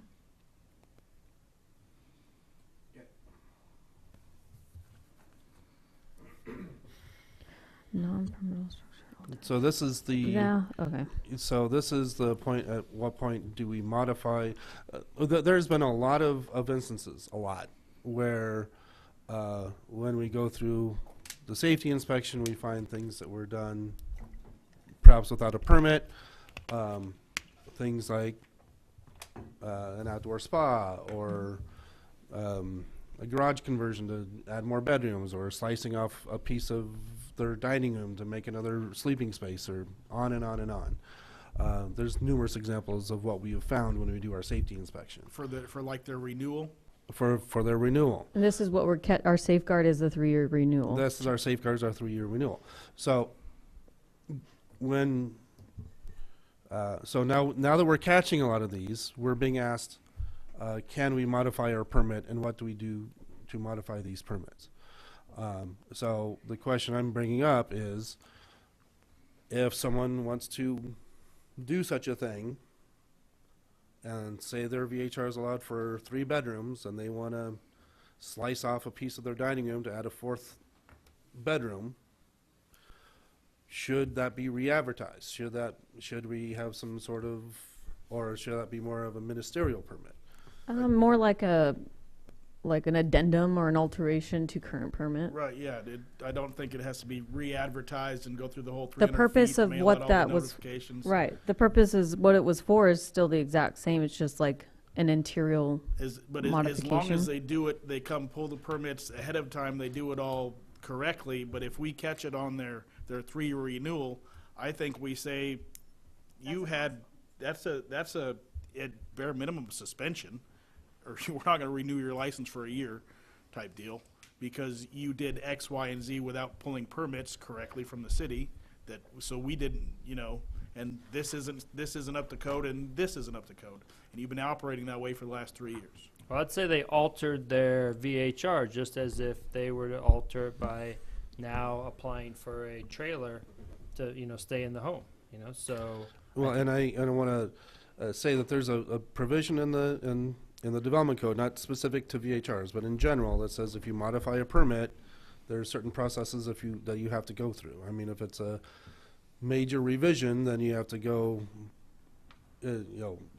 whatever the threshold may be. If it's a major revision, then you have to go back through the original process. If it's a more quote-unquote minor revision, then it's handled administratively. Well, I would say. Is if it like they're- a change order to a permit? You know, Change kind order of. to a permit? Like, is there like it's a modification to something that they were pursuing, but maybe changed their mind, or is there a term administratively, whatever you say, to It'd get be a that? modification to a permit. So Do you feel like the things you listed are significant enough to have a re-inspection of the whole thing? Like, what is the need? Well, and this is where we get into what would be significant enough to re-advertise to the neighbors, or do we handle administratively? For instance, if someone, I'm making this up, I'm not making a recommendation here, but if someone installed a spa in their backyard, would that warrant a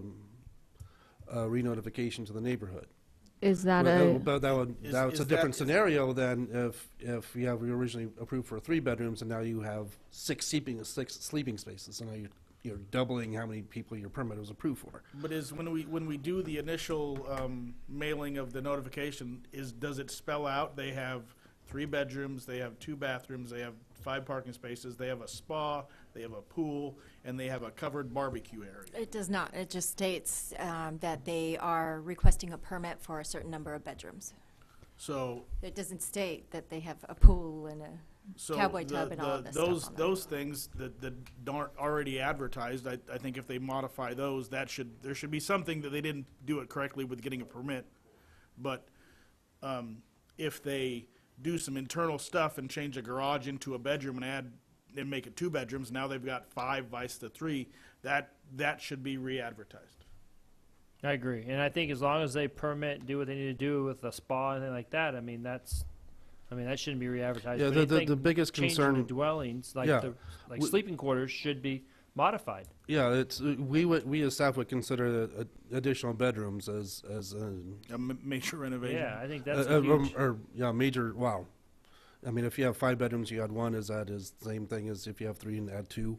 And I think if they don't permit it and they advertise a 4-bedroom house when originally was a 3-bedroom on us, and we catch it, that should be automatic. But that also goes into then, because if you're going from 5 to 6, that's extra parking, that's all kinds of other things Exactly. that the neighborhood needs to be aware of, so they can say, oh, this guy's got 17 cars there, he should only have 12. I'm calling. At 10 o'clock at night, I'm calling because he has more cars than it was permitted to have there. But if they don't know that the permit was only originally issued for 4 bedrooms, so they can only have the 8 cars or whatever that works out to be. They It would know. be opposite, because you have 3, your parking is already less. So if you had more sleepers there, you're not gonna have. You would already be in violation. Right. But I'm saying, if the permit was issued on a 4-bedroom house, they could have X number of cars. 4. If they've now added a bedroom that was not permitted and the neighborhood was not identified as it was going to be a 5-bedroom VHR, they could have more cars with the 5-bedroom. And this is staff's concern, that if we approve some of these things administratively without the neighborhood knowing, this may cause problems, for instance, on parking. Well, I mean, if that does happen and they come in here, then they call us and we say, no, it's been approved. And that could be, if it's not approved, we already know about it or don't know about it, we go out there, we issue citations.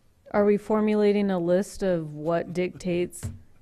Is that what we're doing right now, Well, or we're it's- giving guidance on formulating a list of what? From what I'm dictates? hearing, and commission can correct me or clarify, is that if they're expanding the number of bedrooms or sleeping spaces, that would warrant a re-advertisement.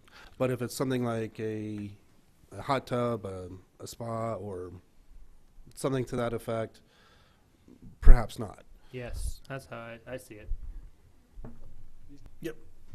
Yeah, that's code's thinking is the bigger deal is the addition of bedrooms. Yeah.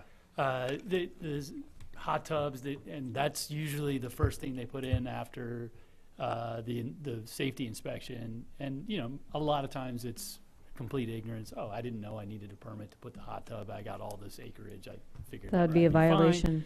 It's the addition of bedrooms, and we've seen a pantry converted to a bedroom. We've seen I've seen a closet with 2 sets of bunk beds, and we're finding these because they're still advertising as 3 bedrooms, and then you get into the comments, and it's like, oh, this place is great. It says it sleeps 8, but we had a bachelor party there, and it fit 16, no problem. Yeah. You know, Like we they put a bed in the walk-in closet or they put a something. bed in Somebody it, sleeps. not okay. even a walk-in closet. You can't do that? We had 4 beds in probably an 8x8 closet. It was just rammed full. And then when confronted, the owner was saying, "Oh, well, those are for the children under 5, and they don't count."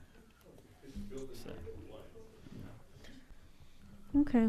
So So yes, notification for the major renovations, adding a bedroom.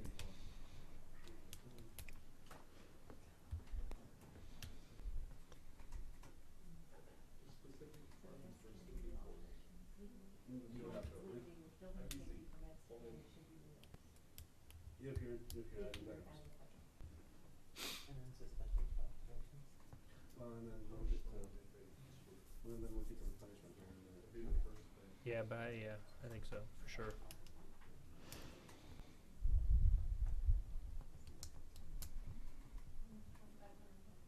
notification. Now, depending on, do you get extra money, does the city get extra money based on how many? It's just the tax, sales tax. So whatever they're going for, we get a piece of that. Right. Whatever the yeah.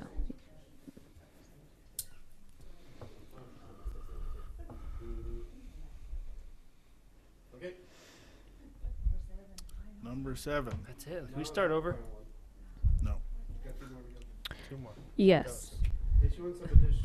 Yeah, the addition of other types of permits on VHR permits.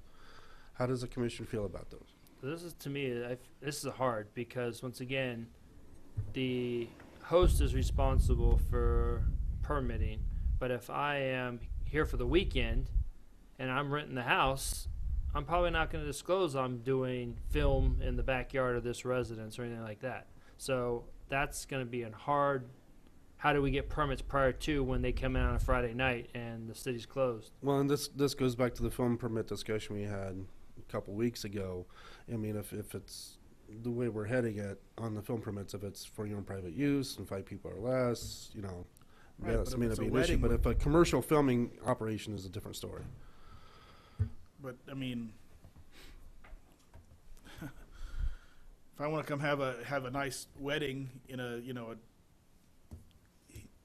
and I would need a permit for that because there's gonna be a catering truck and a flower truck and all kinds of stuff, and we'd need a permit to do that. I just don't know if they would go through that. How do we regulate that they're Yeah. going through that? That's the hard part. I think that's part of the process. If you're wanting to go stay at a house, you have, just like if I live in my personal house, I'd have to comply with all the rules. So the intention is using this as a normal neighborhood house, and the normal neighborhood house has some rules to it. Yeah, but I have consequences as the owner of that house. Me as a person coming in for the weekend to do a wedding, I'm in and out, But if and I'm going to try to get to the bare minimum without paying any additional things. I'm not going to say nothing. You know, most of the illegal issues that we have, I know Max brought up before on, the porn rings in the house, and having those adult film things going. They're not going to advertise that they're going to do that. They're going to just do it, and we're not going to find out till after the fact. And then what happens? Nothing happens to them, but now we're penalizing the host. So I think it's going to be hard to regulate this permit for a guest. Now, my only other option could be is, do we add some type of additional fee for these for each VHR in the hymns that they could possibly do 3 or 4 a year? And that's just included in the additional fees, so that way it covers that in case?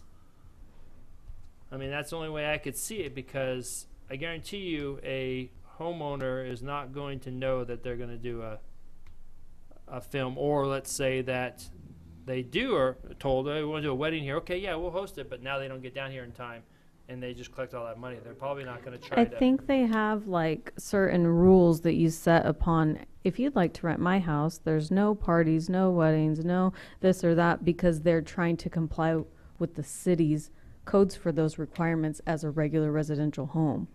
So if they were found in violation, that's the due diligence of that homeowner to pursue against that renter. Is that true?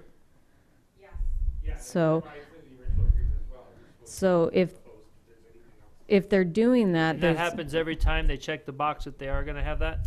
No, but you said like no events or parties without, if you do what it is. Because- You need to get explicit, event insurance, a permit from the city, all Because I definitely know in there it says you won't have loud music and you won't cause any disturbances. Then how many calls are we getting that that's happening? And even for that matter, just to kind of look, for even on the platform specifically Airbnb, 16 people, they'll go on and take your site down. They'll take your listing down if you have a party over 16 people. That has nothing to do with what our house rules are. That's under their. so I don't know if you want to open it to public comment or I just if think you it's, I want just think it's going to be to. hard to regulate the permits.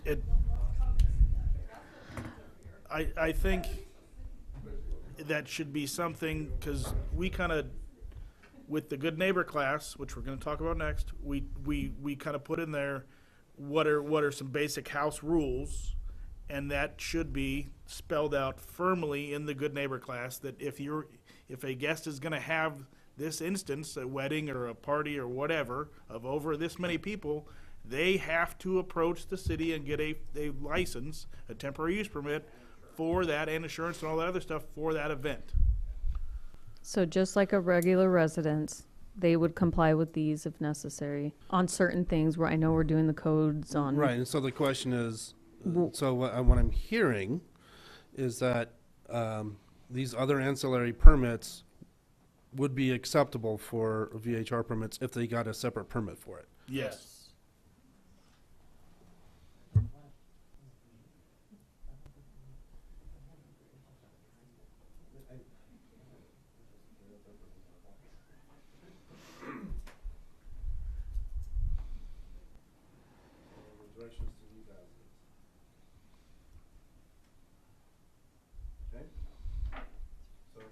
So no prohibition of ancillary permits on VHR permits. Got it.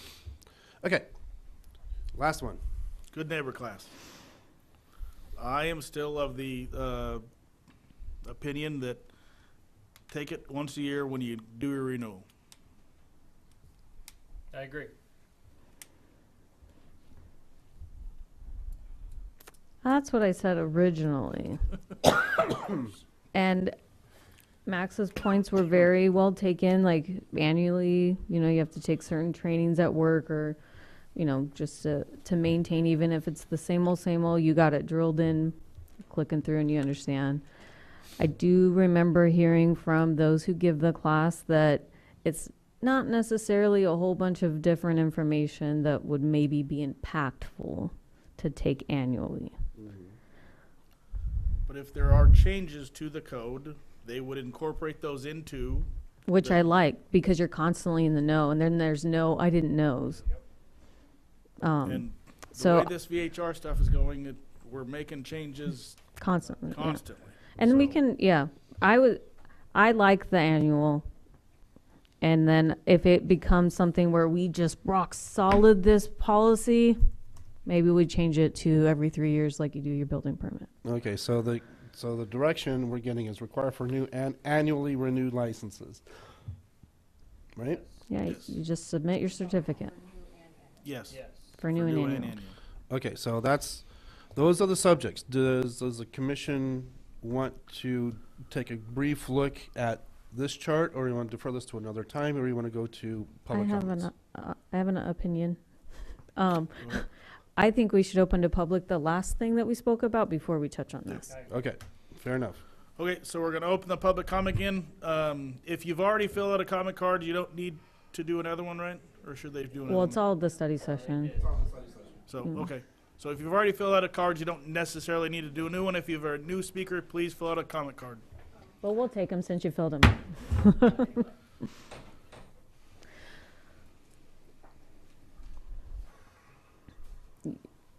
because you would just have to go through your pile and ask if they wanted to speak some more. Cindy Bernard, please come up. Hi again. Sorry if I was hyper before. It's been a really rough couple of days.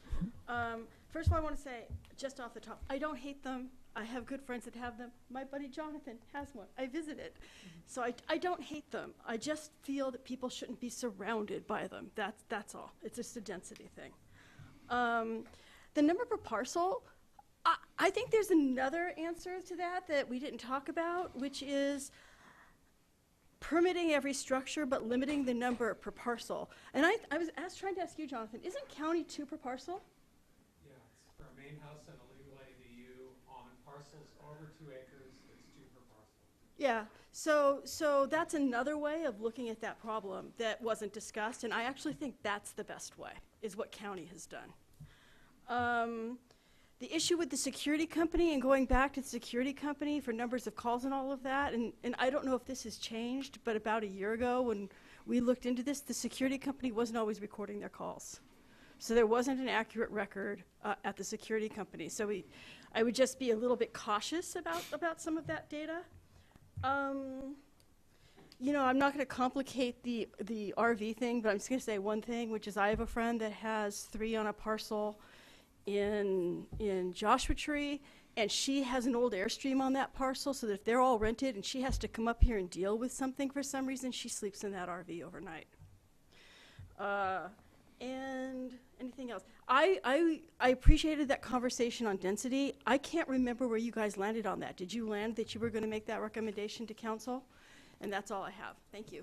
We landed with we're going to revisit it, the discussion. We landed on direction to the staff to the ideas of developing a program and what that would look like. Okay, great. Thank you. Mary Jane.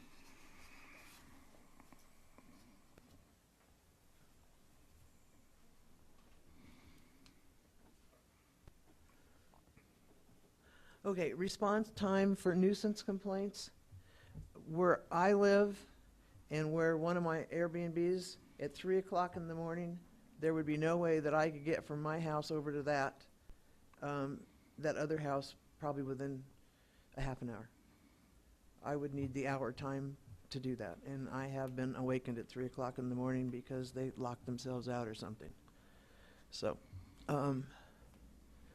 so yeah, I wish you would leave it at 1 hour, is my take on that. Non-permitted structural alterations, you got a building code. So they're not allowed to do certain things within their inside. I don't even know why you need to get a what do I want to say? Outside of spa. I mean, all you're going to do is get a portable spa, plug it in. I don't know what the issue is with that, but I think any modifications to the inside of the house have to be permitted. Issue such as filming. I mean, aren't people allowed to film on the property? I mean, if they're going to have a party or just want to film the stars, or, I mean, where are you going to limit this film thing? I mean, I have people come to the property all the time and they take pictures of the stars and they take pictures of the Milky Way and things like that. Is that, did they need a filming permit for that? It's 5 or more people with dual vehicles, that kind of thing. Oh, okay, all right. So a person taking pictures is Yes, not a person just in the backyard taking pictures of the stars is fine. Yeah, the concern is people renting a VHR to film for instance, a commercial or Got episode it. of a TV show Okay. or something like that. That may be a I disturbance. missed that point. All right.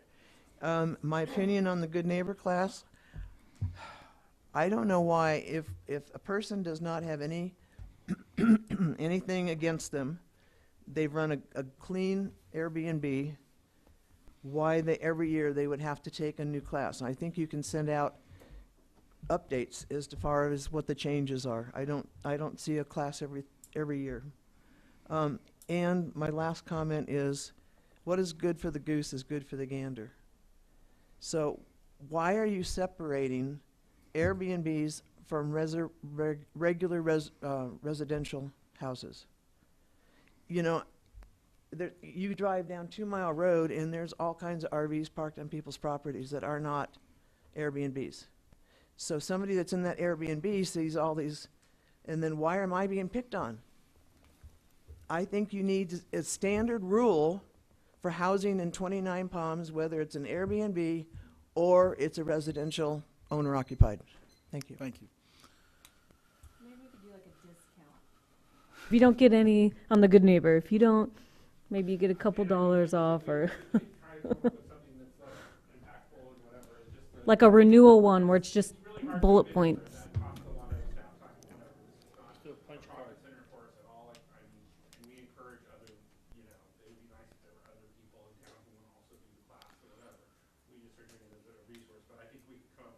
I personally think every year is excessive, but I mean, we're happy to do whatever you guys come up with. Jonathan Hume.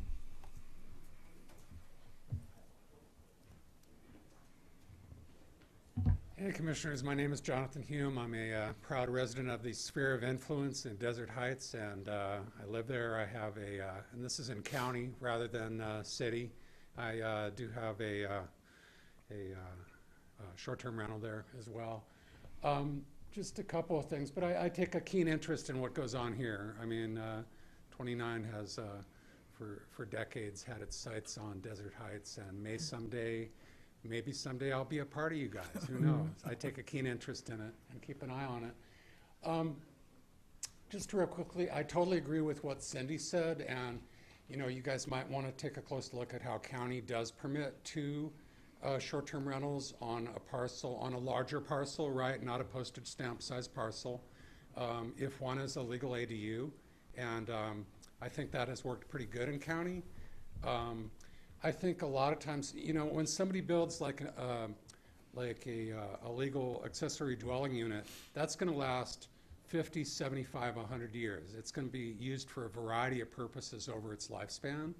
And the more of those, if that's what it takes, is allowing people to use those for the time being as a short-term rental, and we can get more ADUs built, more power to them, I think. You know, we have a severe housing shortage, and is that going to be used throughout its 75 or 100-year lifespan as a short-term rental? Probably not. It's going to house a family at some point, et cetera, et cetera. So we ought to be encouraging people through whatever means necessary. You know, we ought to be striving for housing abundance, you know, in my point of view. Just one other quick thing on the permits for things like weddings and stuff like that. The high desert used to be, and this is like, you know, partly a beef of mine with county. I mean, as you guys may or may not know, there were a bunch of venues for weddings here in the high desert, and it was a huge source of tourism dollars, right? Not only were people staying in short-term rentals, but all the other things associated with weddings, catering, restaurants, et cetera, and the county really cracked down on that, and that has pluses and minuses because most of the venues were not permitted, and the county process to permit for even a single wedding is extremely onerous. And if you guys wanted to make money for the city, I think it would be a win-win for everybody, including neighbors. You know, there are some people with short-term rentals on 2.5, 5-acre parcels, 10-acre parcels, where weddings, you know, maybe not 200 people, but like 50 people could be a huge win-win for the city if the city were to streamline that process. And I think allowing those concurrently with a short-term rental license could be a big win. Thank you. Anybody else?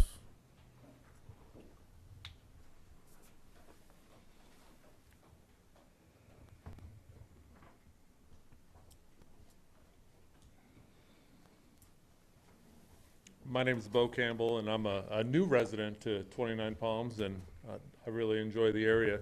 And everything on this list already has a rule and regulation attached to it. And all I've heard tonight is what if, what if, what if.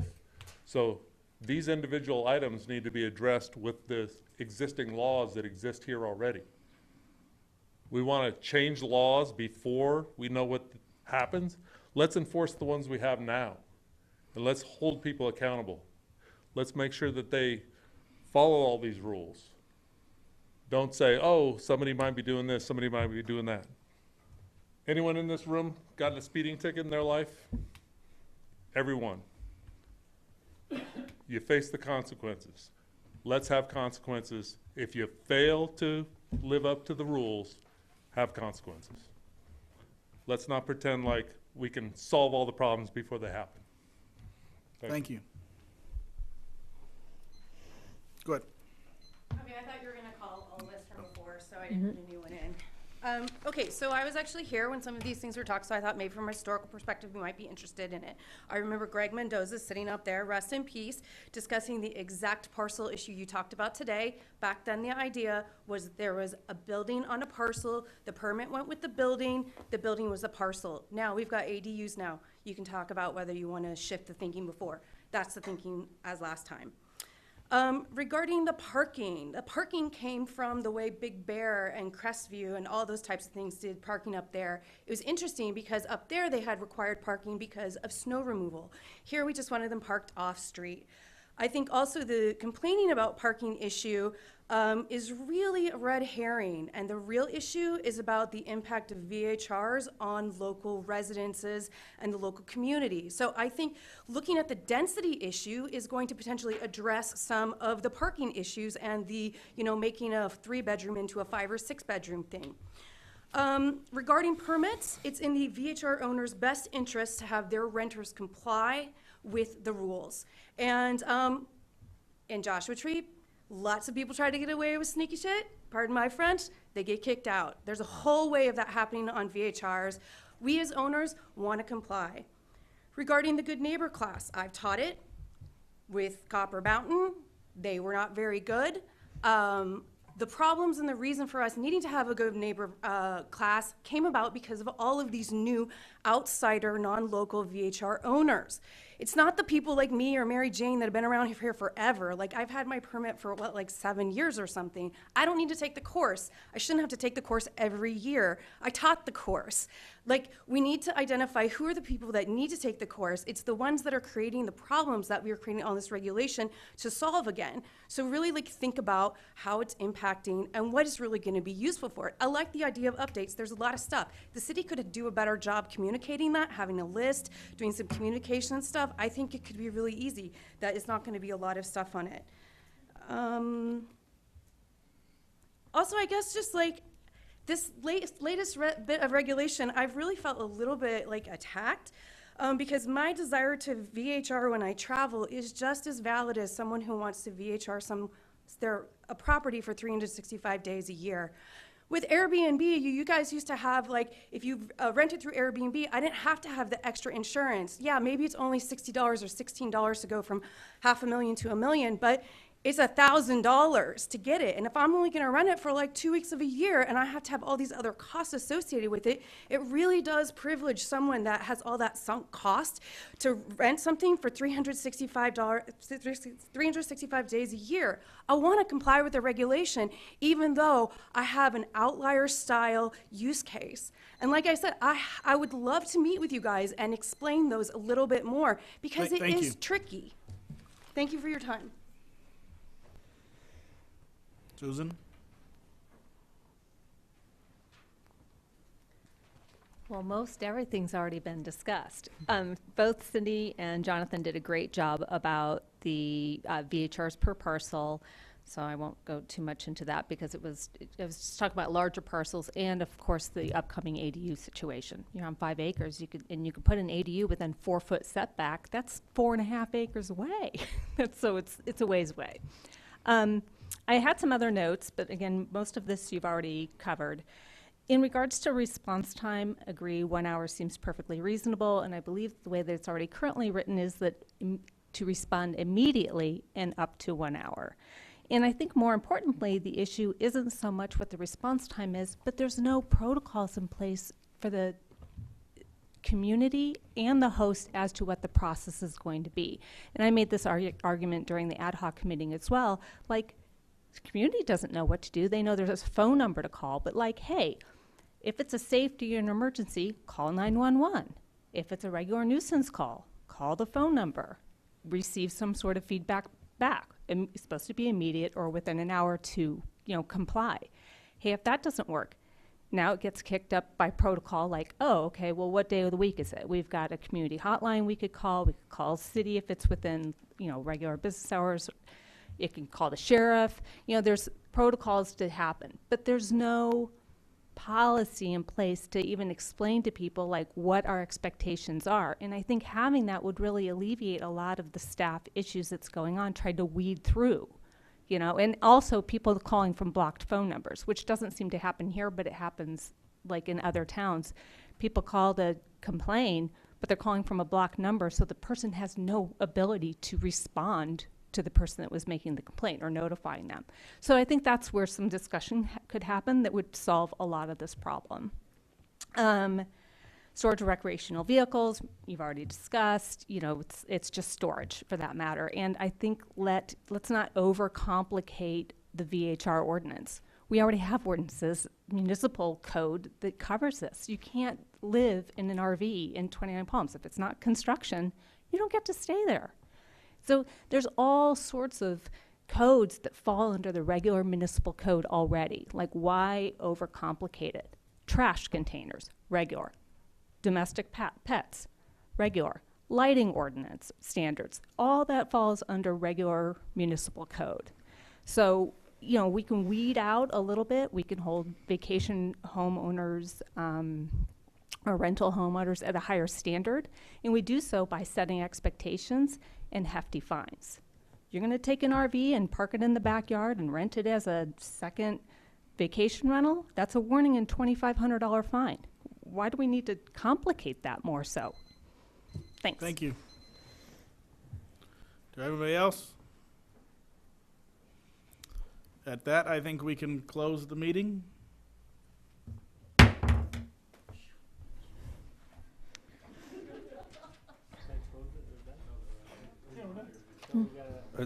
You're adjourned?